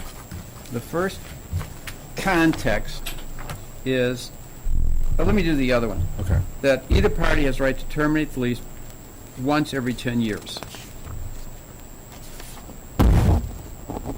In the event the city terminates, then we'll make, so there is a once every 10-year termination. Is that what you're saying you want to change to 5?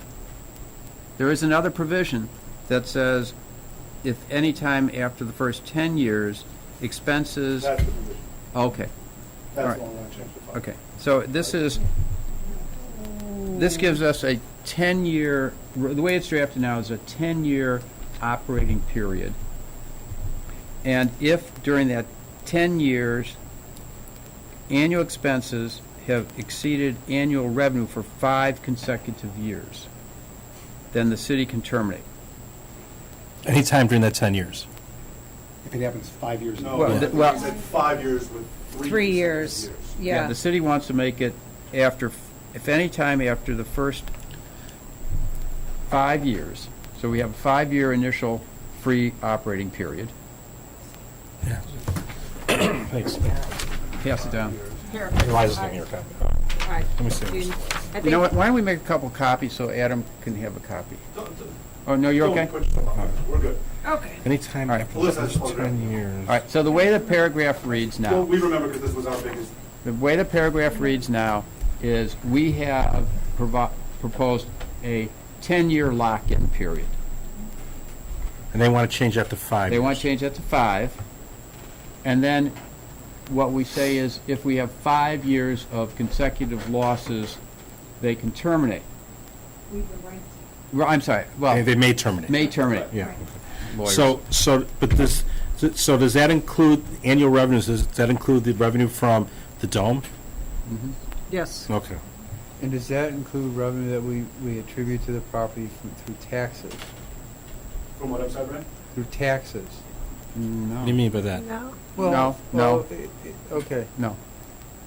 If our Ixnay on pro- the axis, Tay. Okay. So, Indirectly. in your tax. so Annette, let me ask you a question. So what's budgeted? Are we budgeted to make money there, including the revenue from the dome for this year? With the revenue from the dome, I 35. believe it was almost a break even. I don't want to quote a number, but it would be about a break even. Okay, so why, I am because Yeah. we lost a major tenant at the Dome. And Not the so- dome, at the driving range. Yes, but and I'm gonna look at you, right, because we take the Dome, and then the driving range and the mini golf, and all of those revenues combined, less the expenses. So we would do that going forward with this agreement. In our budget for 2018, we are projecting a loss. How much? I want to say it's 35. Am I 35?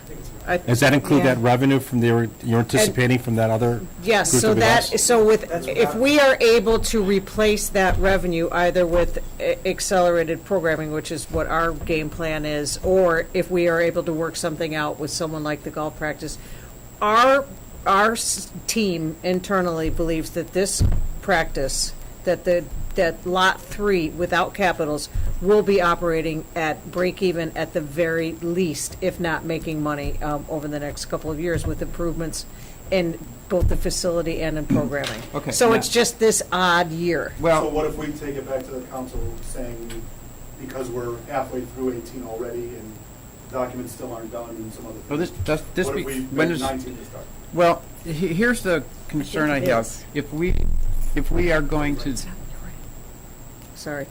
if we are going to make improvements, and that, could be 3 years from now, by the time we get to make the improvements, then we only have we have this very short period to turn a profit. It doesn't make sense. That's why we picked the 10 years as the first threshold. That was a conversation, I brought that up last night because exactly what you said before, so you're consistent. It was that the council was like, how about 2 years, 10 years was too long, and that's how we came to the middle. But I get, I can't speak for all of us, I get where you're coming from. It's just the council, I think, the council wants to know if there's predictability, if you're gonna do something, you're not waiting 10 years to do something. Go there now, you'll already see the investment that we made, and I mean that in all seriousness. I Could we mean, put some language in there that says, absent any capital improvements to help? capital benefit revenue or- is excluded Doesn't in count this as revenue. formula right Why don't we now. just do, why don't we just, instead of doing 10 years, that are 5 years, let's do 8 years? Just to get us a Yeah. jump into the process. Yeah. We can take it back to the council. Take it back to Yeah. that and have her ask. Yeah, And- do that. And seriously, So 10 becomes 8. yeah, it Yes. becomes 8, and I don't know that it matters. And 5 And stays. 5 becomes 4. Oh, there you go. Yeah. Well, at that point, if you're losing, you're losing, it doesn't. Yeah, I wouldn't, I wouldn't have All a right. problem with 3 years, Okay. consecutive All years. right, so 8 and But 3. What you're asking is a little more time to ramp Startup up. time. Yeah, we have to do a little planning and stuff like that. Yeah. All right, so we're looking at 8 and 3. Yes. Got it. But Liza, please explain to Gita the rationale behind it. Absolutely. As Can I have time my to page back? improve your infrastructure and your costs and your ability to Snow derive White on it, money. that's- Will do. Didn't make a paper. All right. All right. That's it. I am going to say the words that I never thought I'd say. We're done. We got a deal. Actually, I Wow. said if we get this done, you're buying pizza, I'm waiting on He's buying drinks for everybody. What are you talking about? Well, we thank you guys. Thank you. Everybody wanted their own things, and I think we were fair to everybody, and hopefully we got it done. All right. Thank you. I think we're, not hopefully. I'm sorry, what? I just want to She'll call you clarify, I tomorrow. just want to So clarify I think one we should piece do of like, language. like, you know, those diplomatic summits where they have the signing ceremony, and we'll have Kim Young, we'll have I want Brian. special- Yeah, I want a and we have all special the flags behind them. We have to stagecraft this. Maybe on a battleship. Okay, now that we've gone down that road, You'd be like Trump, Chinese manufacturer. We'll break into the TV live. all right. Okay, Kel, leave the room. Okay, are we, can we Briargate- bifurcate those two discussions on the two different TIF, because I could be in here for the Ravinia, but not Briargate. Okay. Ravinia TIF update. Annette Curtis to quickly present. What Ravinia TIF? What? What Ravinia TIF? Oh, yeah, there is one. Okay. Okay.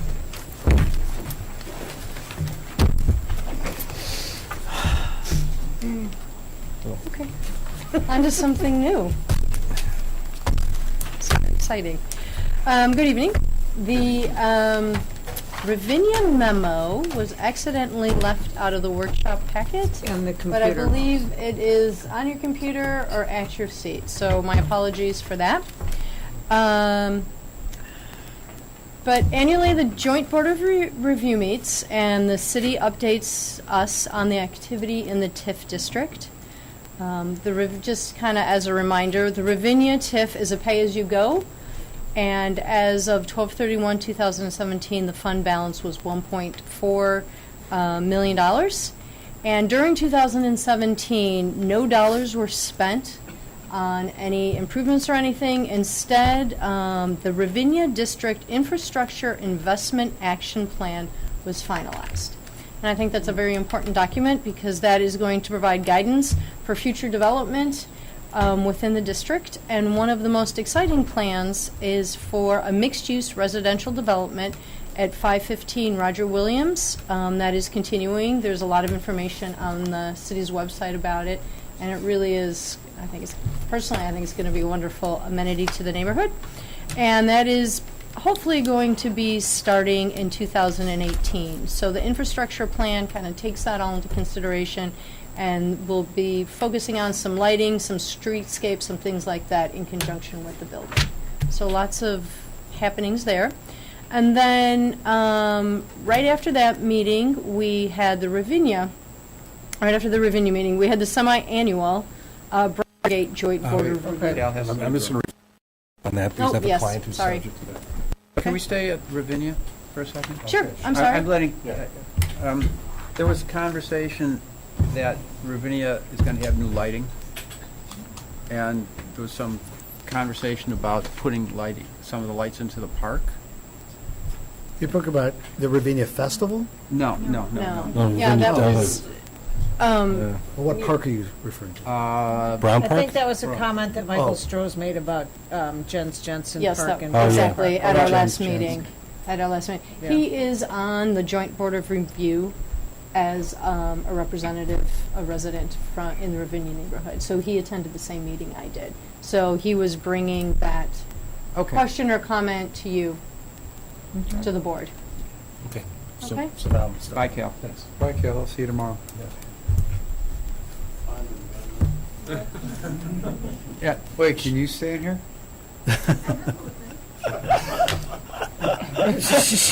but no, what Brian is saying is, as long as you're here, we can't talk about Cal.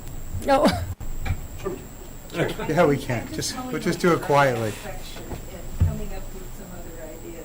Oh, no. Okay, Okay, Briargate. I'm moving forward. So the Briargate, the Joint Board of Review is, actually meets twice a year, so we had our semi-annual meeting. And as you know, the TIF was approved last December, so from a financial standpoint, there hasn't been very much activity on it. But there has been just a lot of activity in general with in the TIF area. So I'm sure, as you have all noticed, the Solo Cup property was placed on the market, and the seller has received an offer. That is still all working through its process, and I don't really have an update on that. The city also received a proposal for a residential community that potentially could be built on that Solo Cup property. So I think they were very excited to see that. And then the Toys R Us property will be auctioned on July 12th, part of their whole liquidation and bankruptcy proceedings. And the city has been working on some infrastructure improvements, some planning for that along the Old Skokie Road, over by the Tesla area. I know everybody realizes that some work needs to be done there. And obviously, any improvements that they're thinking about in that area, they're also taking into consideration the Solo Cup property, because we're not just talking about road infrastructure, they're also talking about sewer and water and things like that. So all of that is kind of in their plan. In the memo, I copied section 6 from our intergovernmental agreement, which talks about if a residential development is built, the Park District will be involved in the planning of the parkscape and all of that. So I just put that in there as a refresher. Gita, at one point, made a comment to me about, oh yeah, we're going to have to bring you into the conversation, when is appropriate, and that, as this keeps moving forward. So it's well on their radars. Good. Okay. Okay. While you're there, What's that? while you're here, you can come back now. Purchasing policy. Okay, I'm going to ask Jeff to join me. You have a nice time. I thought you were going to take my seat when I was gone. Your mom said she has some ideas. Oh, she does. She has a lot of ideas. Bye, guys. Oh, Bye, guys. Bye-bye. Thank you. I'm going to listen to Sunset. Thank you. Okay. All right.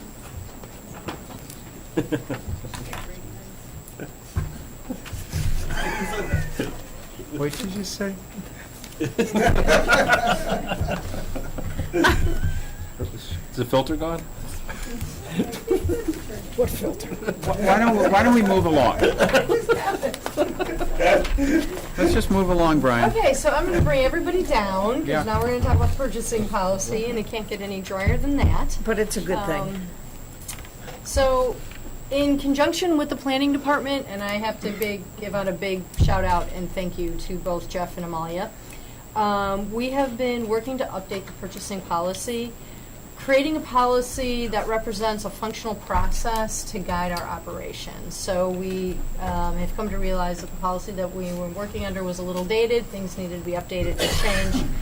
So we began with the current policy, and we removed the procedures from the policy because there were a lot of procedures in there. And we created two separate documents, manuals from both the planning area as well as the accounting area. And these manuals are kind of intertwined and work together, and they reference each other. But for your review tonight is just the policy. An example of the policy changes, one of the policy changes is the number of purchasing authority categories has increased from 3 to 5.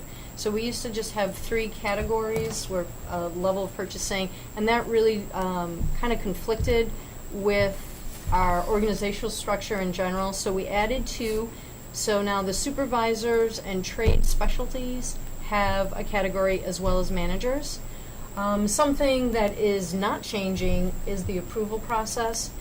Every purchase, unequivocally, every purchase must be signed off by the purchaser, acknowledging their responsibility that they made this purchase, and then it also needs to be approved by their supervisor, verifying that, yes, they had the authority to do so. So no invoice or P-card transaction will be submitted for payment without those 2 signatures.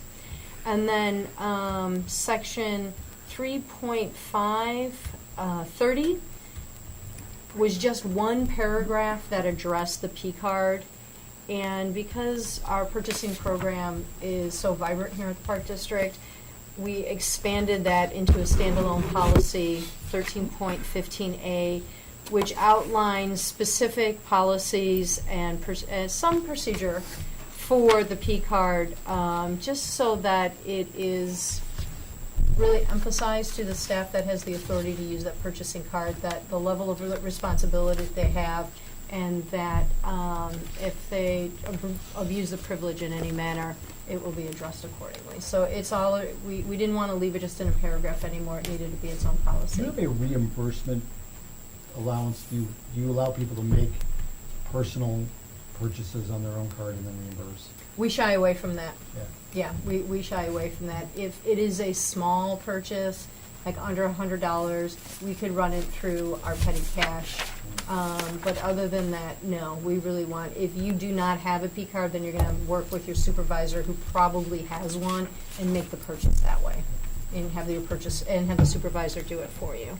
Now, your question may have been misinterpreted by me. The policy, and it's been clarified, you cannot use the card to make a personal item and then seek, and say, I'll pay for it later. No, that's not. Okay. I mean, and that was clarified. Yeah, and we discourage people from using their personal card for, That's what I yeah, was- that's what you're asking. Yeah. We discourage people to do that. If you don't have the authority and we have not given you a P card, your supervisor has one. Work with your supervisor to make the appropriate purchases for the district. Okay? Now, Jeff wants to expand a little bit on what the planning department has been creating for us. Great, thanks. So one of the other areas that's changed is there's a section describing waivers to competitive bidding.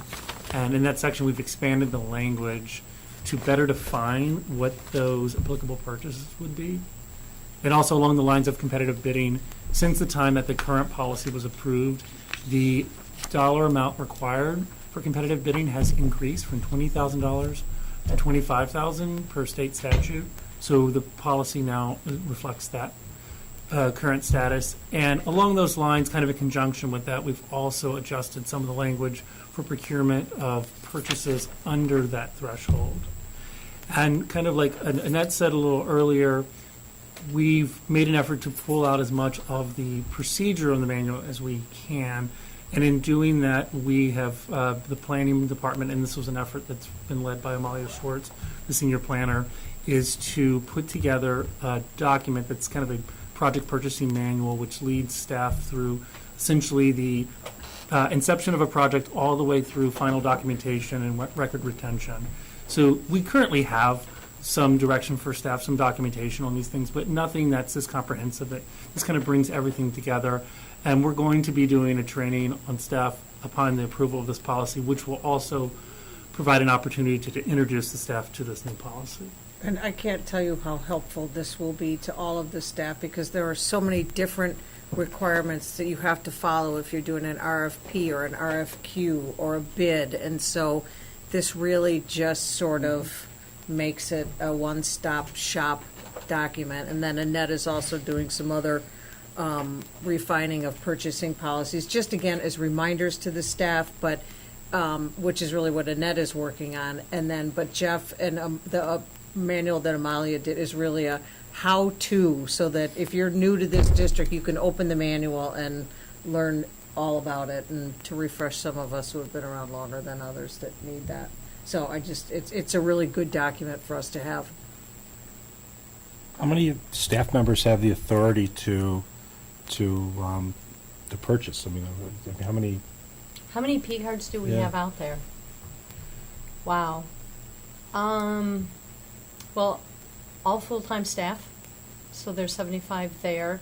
Some of the part-time staff and Camp directors and things like that. camp directors and things like that. Yeah. But what they don't have, there is a limitation with seasonal employees. They maybe be given a credit card, and this has been standard. Those credit cards have they're at the $500, and those credit cards will be rejected if they try to make a purchase over that limit. So there are some just internal, controls built into the credit card system. And Karen Lukoski, the accounts payable administrator, otherwise known as the sheriff, she holds everybody to it. So if you need to make a purchase that is higher than your limit, you have to go to your supervisor. The supervisor has to fill out a purchase request form. She will then let the limit go up solely for that one purchase. I mean, it is a whole process, and she is diligent about keeping people to it. Okay. And Cal, as you know, and for the purpose of other people, we get a record of the P cards to Mhm. approve at our meetings. Yeah. Expenditures Oh, of yes, P you- I'm just curious how many you get people that had listing. Yeah. It peaks in the summer It peaks with in the camp summer. directors and whatnot, but When somebody is being issued a P card, she walks them through it. There's acknowledgement form, there's a release form, and then we're also, at the back end, there is a termination form. Everybody's supposed to sign it. She then goes through and deactivates all those cards. Okay. It's a process. We will be bringing these policies to you for formal approval at the July regular meeting. Thank you. I have a couple thoughts about the policy that I'd like to bring up. We change title in this from Director of Finance and IT. And my thought is that we keep it as Director of Finance in case IT were ever to get moved. We don't have to go back and revisit this. That's fair. So that was a small, the other thing, we give we give authority to the executive director, and I was thinking that maybe we want to clarify that to give similar authority to the deputy executive director, or the person functionally fitting that role, so that if Liza is out, there's a clear line as to who the next approval person would be. I don't know if that makes any sense in the context. It makes a lot of sense in the context, and I did receive your email. Well, then I won't say anything else. Yeah, I'm leaning towards that, but some of this was decided by the committee that has been working on it, so we need to come back as a staff and revisit Sure. it. Let me just get one other thing, if I can remember what it was. P cards, IT director. Oh, the math in section 315.8. Yeah, I saw that. Okay, I won't even, You know what, I think, it's 3.4 people yeah, or something. I think Jeff would. Do you want to comment on that? Yeah, I mean, excellent point. When we don't have 4 members of the board, so Right. it would make sense to change it to 3/5. That was actually language that, so this was also run through attorney review, and that was actually language that we received there, but we'll change it and just to confirm that's fine, but it only makes sense. Yeah, I was trying to change figure that. out what 3/4 of 5 is. Mhm. That one was going to be hard. Okay. Okay, Annette, while you're there, Vouchers? give me some vouchers. Give you some Yeah, what do you vouchers. Okay.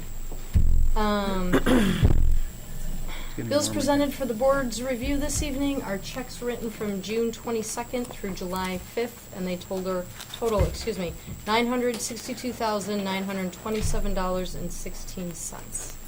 These are all ordinary expenses, nothing unusual or extraordinary, and they were. That was a double. Good and good. Okay? Thank you. Okay, thank you. Okay, you're welcome. Okay, now, last but not least. Yes, you can. Brian and Ryan. Are you going to update about?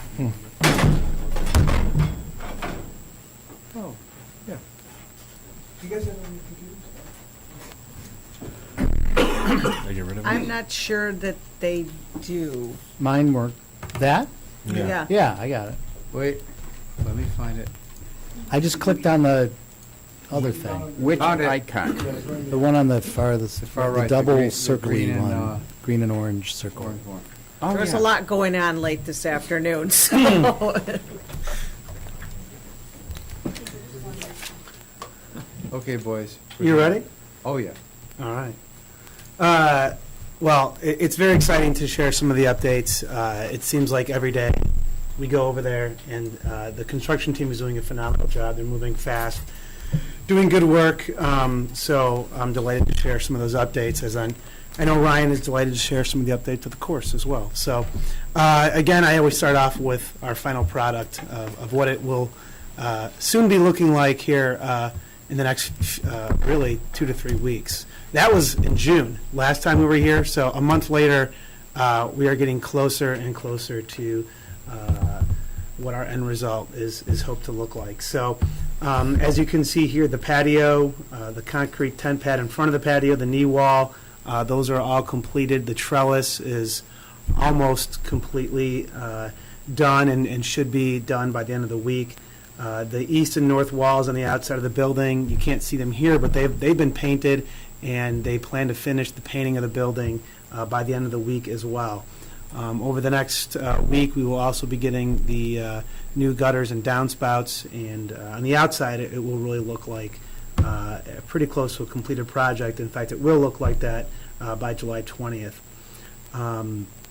After which point, there will be the remaining aspects done. This area you can see that's gray right at the bottom here on the south side of the building will be asphalted. That'll be one of the last things to be done. And then our landscaping, who won our bid, will come in and do some things throughout the outside of the building.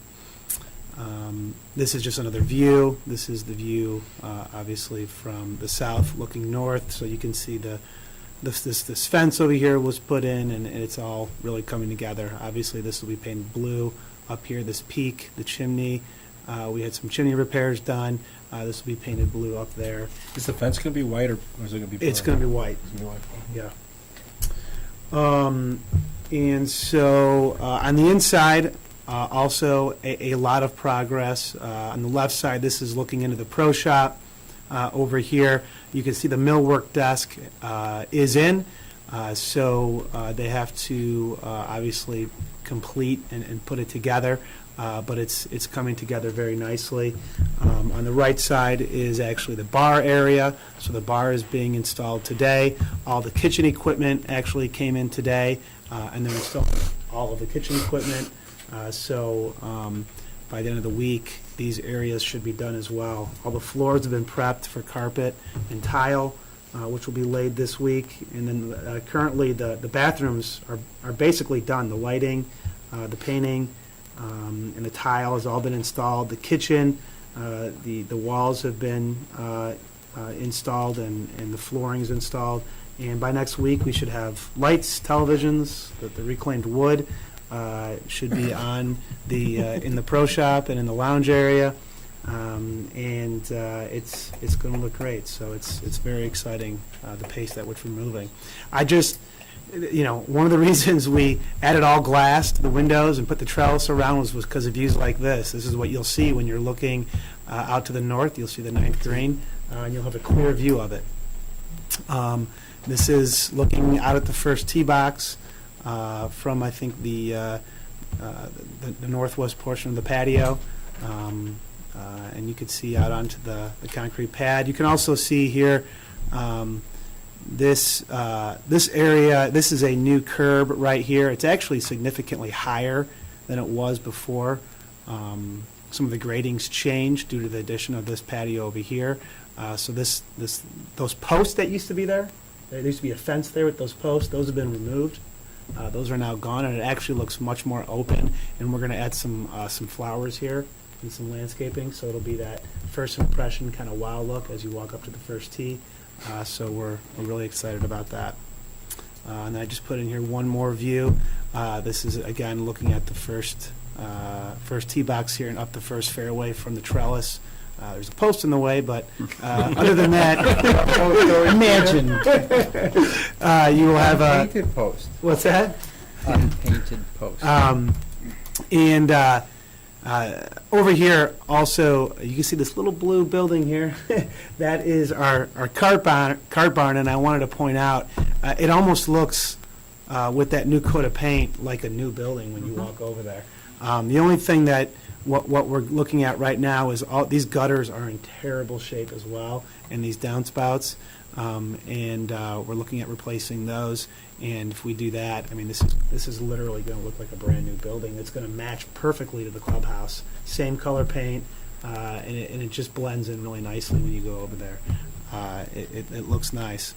I know we're looking at shielding it, but which is a good thing. But it does. It's not a ugly looking building anymore. It looks great. Yeah. Yeah. You have curbs in a lot of places. Is there any area that is ADA that you could do a wheelchair, or you could do, zero depth stairs? To the clubhouse building? Oh, yes. It's. Did I? So this is actually. This is a ramp here.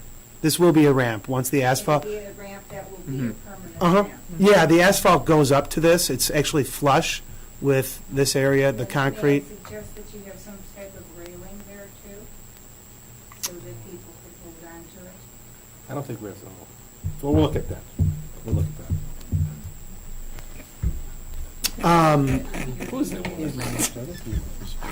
Right, I mean, that's definitely something You're in charge. that we can look at. But that will definitely be ADA from the, yeah, no, I mean, obviously, we have to be ADA compliant in all aspects, so.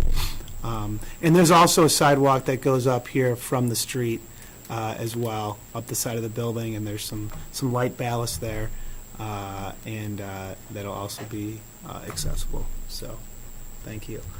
And then, just from a budgetary standpoint, I think I mentioned as well in the memo that we've had a variety of change orders that we have initiated. We're still within our contingency fund, but we did add the gutters and downspouts that came through in this month's invoicing, and those should be installed in the next few weeks on the actual building. So the change orders to date were summarized in the memo and increased the total net of sum of the project by $23,000. So you can see we had some other contingency expenses, but we're not even halfway spending our contingency. So we're doing well from a financial perspective. We're spending our soft costs, obviously, and we have about $680,224 remaining. So.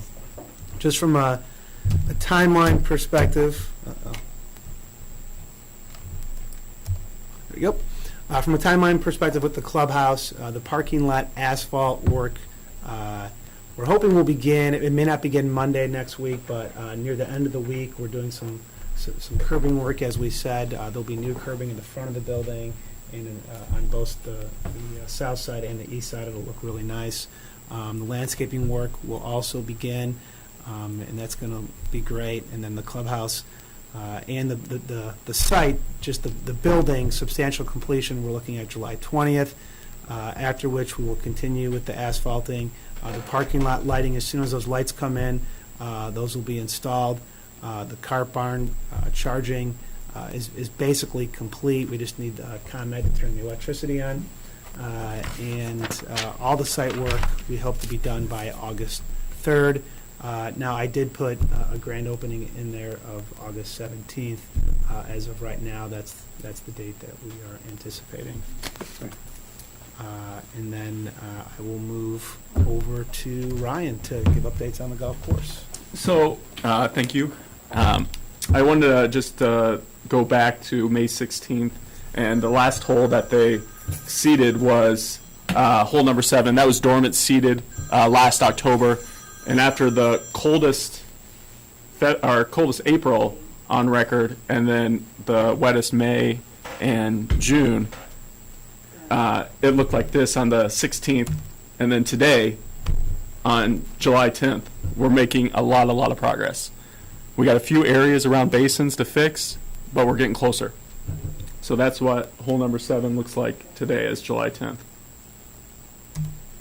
And this is just another angle, a little more up close. It has a little bit more filling in to do as it knits together. And bent grass grows laterally, it doesn't grow up. You want it to creep across the turf. So this is kind of in the approach area. This is hole number 1. This was also dormant seeded last October. So it's out of the flood area. So when we did get those heavy rains, no water was on this fairway. So it's coming in nicely. This is hole 18. It's starting to grow in much better. This is looking at the tee box, and this is the dog leg left. Hole number 4. This is the new signature hole. Looking at from the back tees. How far is it from the back? 160. It's deceiving. It looks farther than that. Yeah, it looks like 210. It's deceiving. But this is going to be, and this might be my new favorite hole, number 13. The fescue kind of frames the hole, and this is a much longer par 4 by about 50 yards. Great. So I just want to show a couple areas. So these are like wetland areas that we'll have to reseed in August. So these probably won't be restored by opening when we open, but these are out of play with all that we'll reseed and put straw blanket over, and we'll just rope off and make sure nobody drives in them. And then eventually they'll just have natural wetland mix plantings, and once we do get heavy rains, the water kind of collects in these areas, and it can the grasses that we plant can be underwater for days if water sits there, so it's fine. This is hole number 9, driving up to the clubhouse. Hole 17, you can see the mounds of fescue that Rick put in. Hole number 10, this sits there. And that's it. That's all the pictures I have. Any questions? I do, just about divots. Yep. So is there kind of an education, I don't know, is there, because I'm not always great with it. So And I care. if it's like if you take a really big divot, try to put it back. Like right where you got it, try to put it back. But if it's minimal, try to just throw some sand and Right. the sand balls will have. Are we going to encourage it with our patrons? Yes.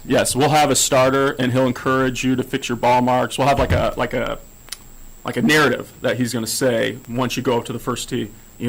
Please, fix your ball marks. Please repair your divots. Yeah. And just have like a speech that he'll give everybody to play. Make sure they play from the right tee boxes. All that kind of stuff. So that's really good. They understand what it's going to take to play the new course. Done, Terry?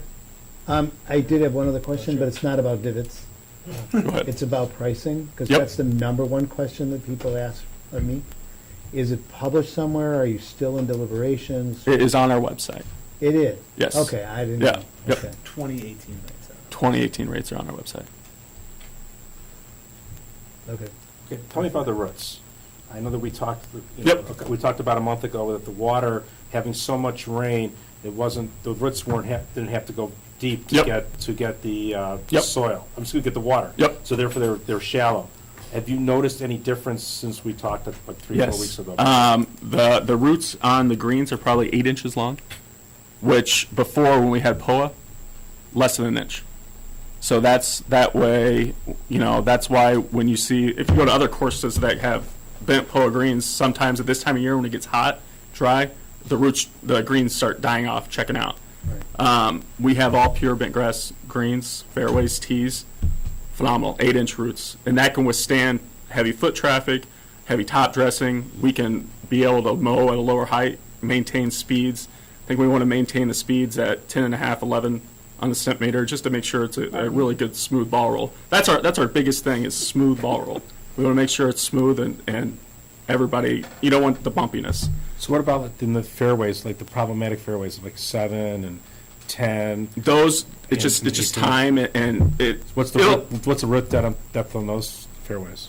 About 7 inches, 8 inches, and those will keep going down. Those as it dries out, don't want to. We have to water, but you don't want to water. It's like kind of like a combination. Once it gets all filled in, the more it goes down. Bent grass loves to search for water, and it can go down to 8-10 inches deep. So that's why we'll deep tine too. We have a deep tine machine. What are we at right now? So would you say 7 or 8? 7 or 8 inches. And what is, when the course is fully grown in, what's the depth, the root depth? It'll probably be, it could get to 10, 11 inches deep. As far as deep as our deep tine can go, is how deep roots can go. And so when do you anticipate hitting that level? Probably by next summer. Or next summer? Or by next spring. It could go, once we start deep tining and everything like that. But they're really, really good. They're really good? Okay. A lot better than we had before. A lot better. And then the areas like on 10, I walked, Sunday night, I walked 1, 7, 18. The areas you patched on 10, Yep. so that's all coming in fine? Yep, that's all coming in good. And And we that- got some rough areas to patch on 10, just some on the edges of the fairway on 10 that we'll patch. There's another spot on 10 that we'll patch just on the right side at the beginning of the fairway. We'll patch with bent grass. But the little spots, like the little spots that just have a little bit left, we'll run a cedar through there and it'll just fill in a little bit more before we open. But I'm highly confident that everything will be very, very close to being perfect mint condition by the time we open. And just I was talking to Liza and I talked to Brian a little bit today, is that I played Sportsman's at the beginning of June and it was in terrible condition. And then I walked it on last Friday when my son played in a golf tournament there, and it's been a remarkable transformation of the course. So in a couple of weeks, I mean, you can really, you can see a big change in a course in a couple of weeks. And I just saw it at Sportsman's. So, I'm confident that, relying on Ryan, that over the next 5 weeks until the course opens, that any of those areas that were problematic should be able to be fully playable. I think it's a good idea to rope off the area that still needs work, so just keep people out of there, and just so people know that that's a work in progress in those areas. But it sounds like that the playing surface, all the playing surfaces, and all the inbounds, I should say, area is all going to be playable. Yeah, in the rough, I just want to also give you guys a note. Rick and I have been talking regularly, and when they opened, he did Glenview's project. When they opened Glenview, the rough wasn't all filled in. There's still thin areas. They overseeded it that fall, again, just to kind of have that fill in, even for the next year that they're open. But you can still have play. It's just limiting cart traffic where they go.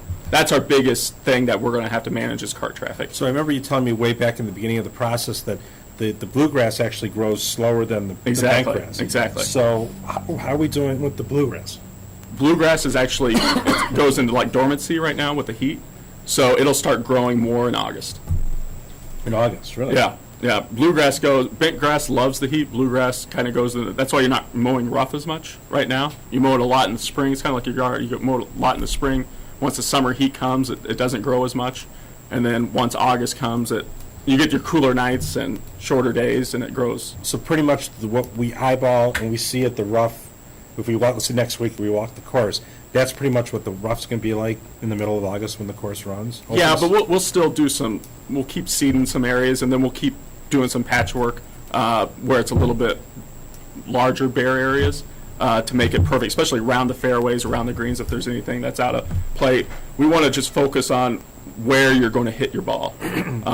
If it's kind of far out of the way, we're not going to worry about that right at this moment. We'll do it when it's better to seed. It's like when you come up the one fairway right next to the cart barn, all that's we'll sod it. We'll sod that. That's going to be sod. Yeah. And you're going to put sod around the clubhouse, then I take it. Yep, we're going to do that. Yep. Okay.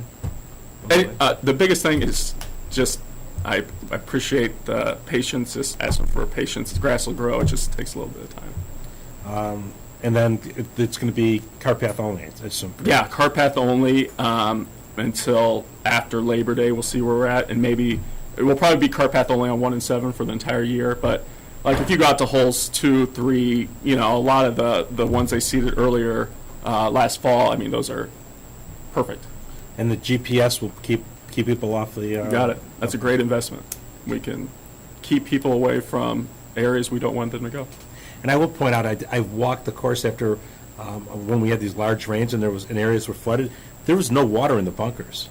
Yeah. It's whatever you guys did on those bunkers, it's amazing because I've been in some tournaments that Jason's played in, and these bunkers are filled with water. And so the playability of this course after a big rain is going to be a lot quicker and a lot better than any other course in the area that I've been in. I think you're gonna be surprised about how many more people come and play Sunset once we're open. Yeah. It's gonna be a lot of people. I like when Sean's shaking his head. I like that. I just want to add that any concern about the bluegrass and the patchy areas, like yourself, if you go to Deer Path, you go to Wilmette, if you go to Deerfield Golf Course, they're an absolute horrible condition. Their fairways are a complete mess. Our worst fairways 1 and 7 are better than many of theirs. They're playing now. Especially, if you go out to Wilmette, they have bluegrass fairways. They're aerated, they're brown.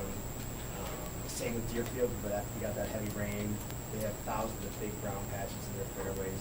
I sent photos of Deer Path to Brian today of what I saw last night. There's big sections like this, just dirt in the rough. We're in much better shape than any one of those courses as of today. Yeah. And we still have 5 weeks. Brian, thank you.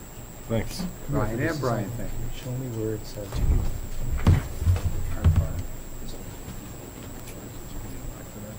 But I have, Where are the rates? Wait, let Terry. They tried to get to it, but. You probably have a camera on, don't put it I have, well, not yet. Right. It's not on.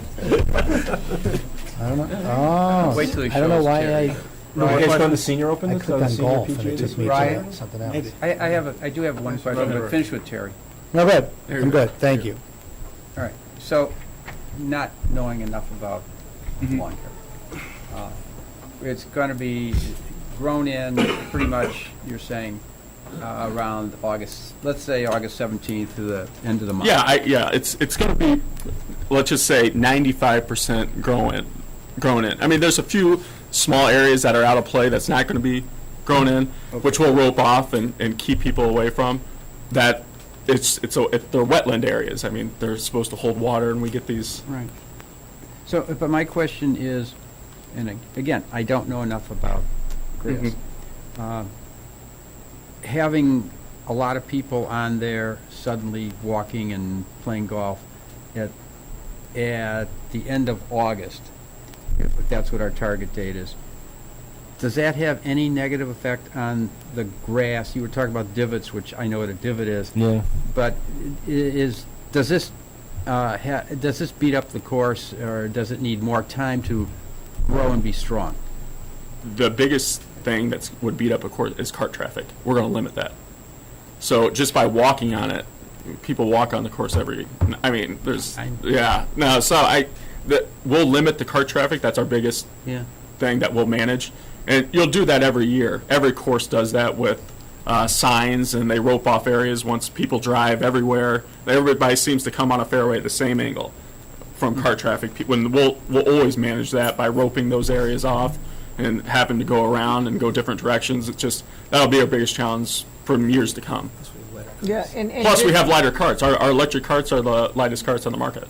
Yeah, and just to be clear, we are opening, based on Ryan's evaluation, conversations with Rick, et cetera, that we are opening on August 17th. That is our first on the turf inaugural outing. Yep. So the people that play that day will literally be the first people to play on the golf course, and the proceeds will benefit Junior Golf and the foundation. And then we will open to the public for play for all on Saturday, August 18th. So we have now set it.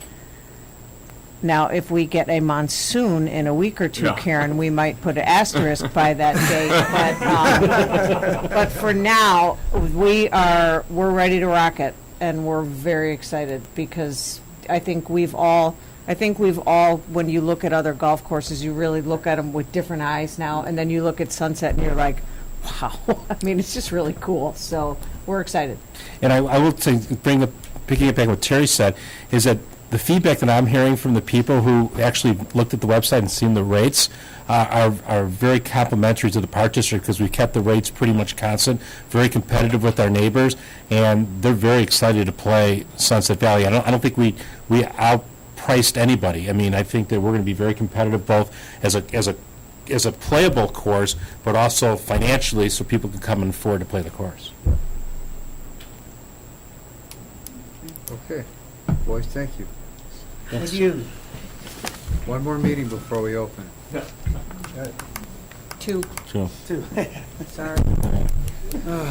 you ever have closed session tonight? Right. Okay, lastly, last night Liza, Barney, and I met at the Legacy Club. They had some concerns over the portions of the property surrounding their buildings. Probably the nicest Legacy Club meeting we've had. Can I take your phone? Their two main issues were the waterway and muck in the water, and the condition of the bunkers. And we are going to work with staff to try to rectify both as best we can. Barney did broach them purchasing the property again. It's a little, seem to have a little conflict internally about that. So, we're still moving forward. I appreciate you guys going and doing that. It was fun. Yeah, it was very nice. Actually, it really was. Yeah, they're nice people. Okay, do we have closed session tonight? No. So, can I get a motion to adjourn? Open to the public to address the board. Oh. My public? That has not spoken yet today?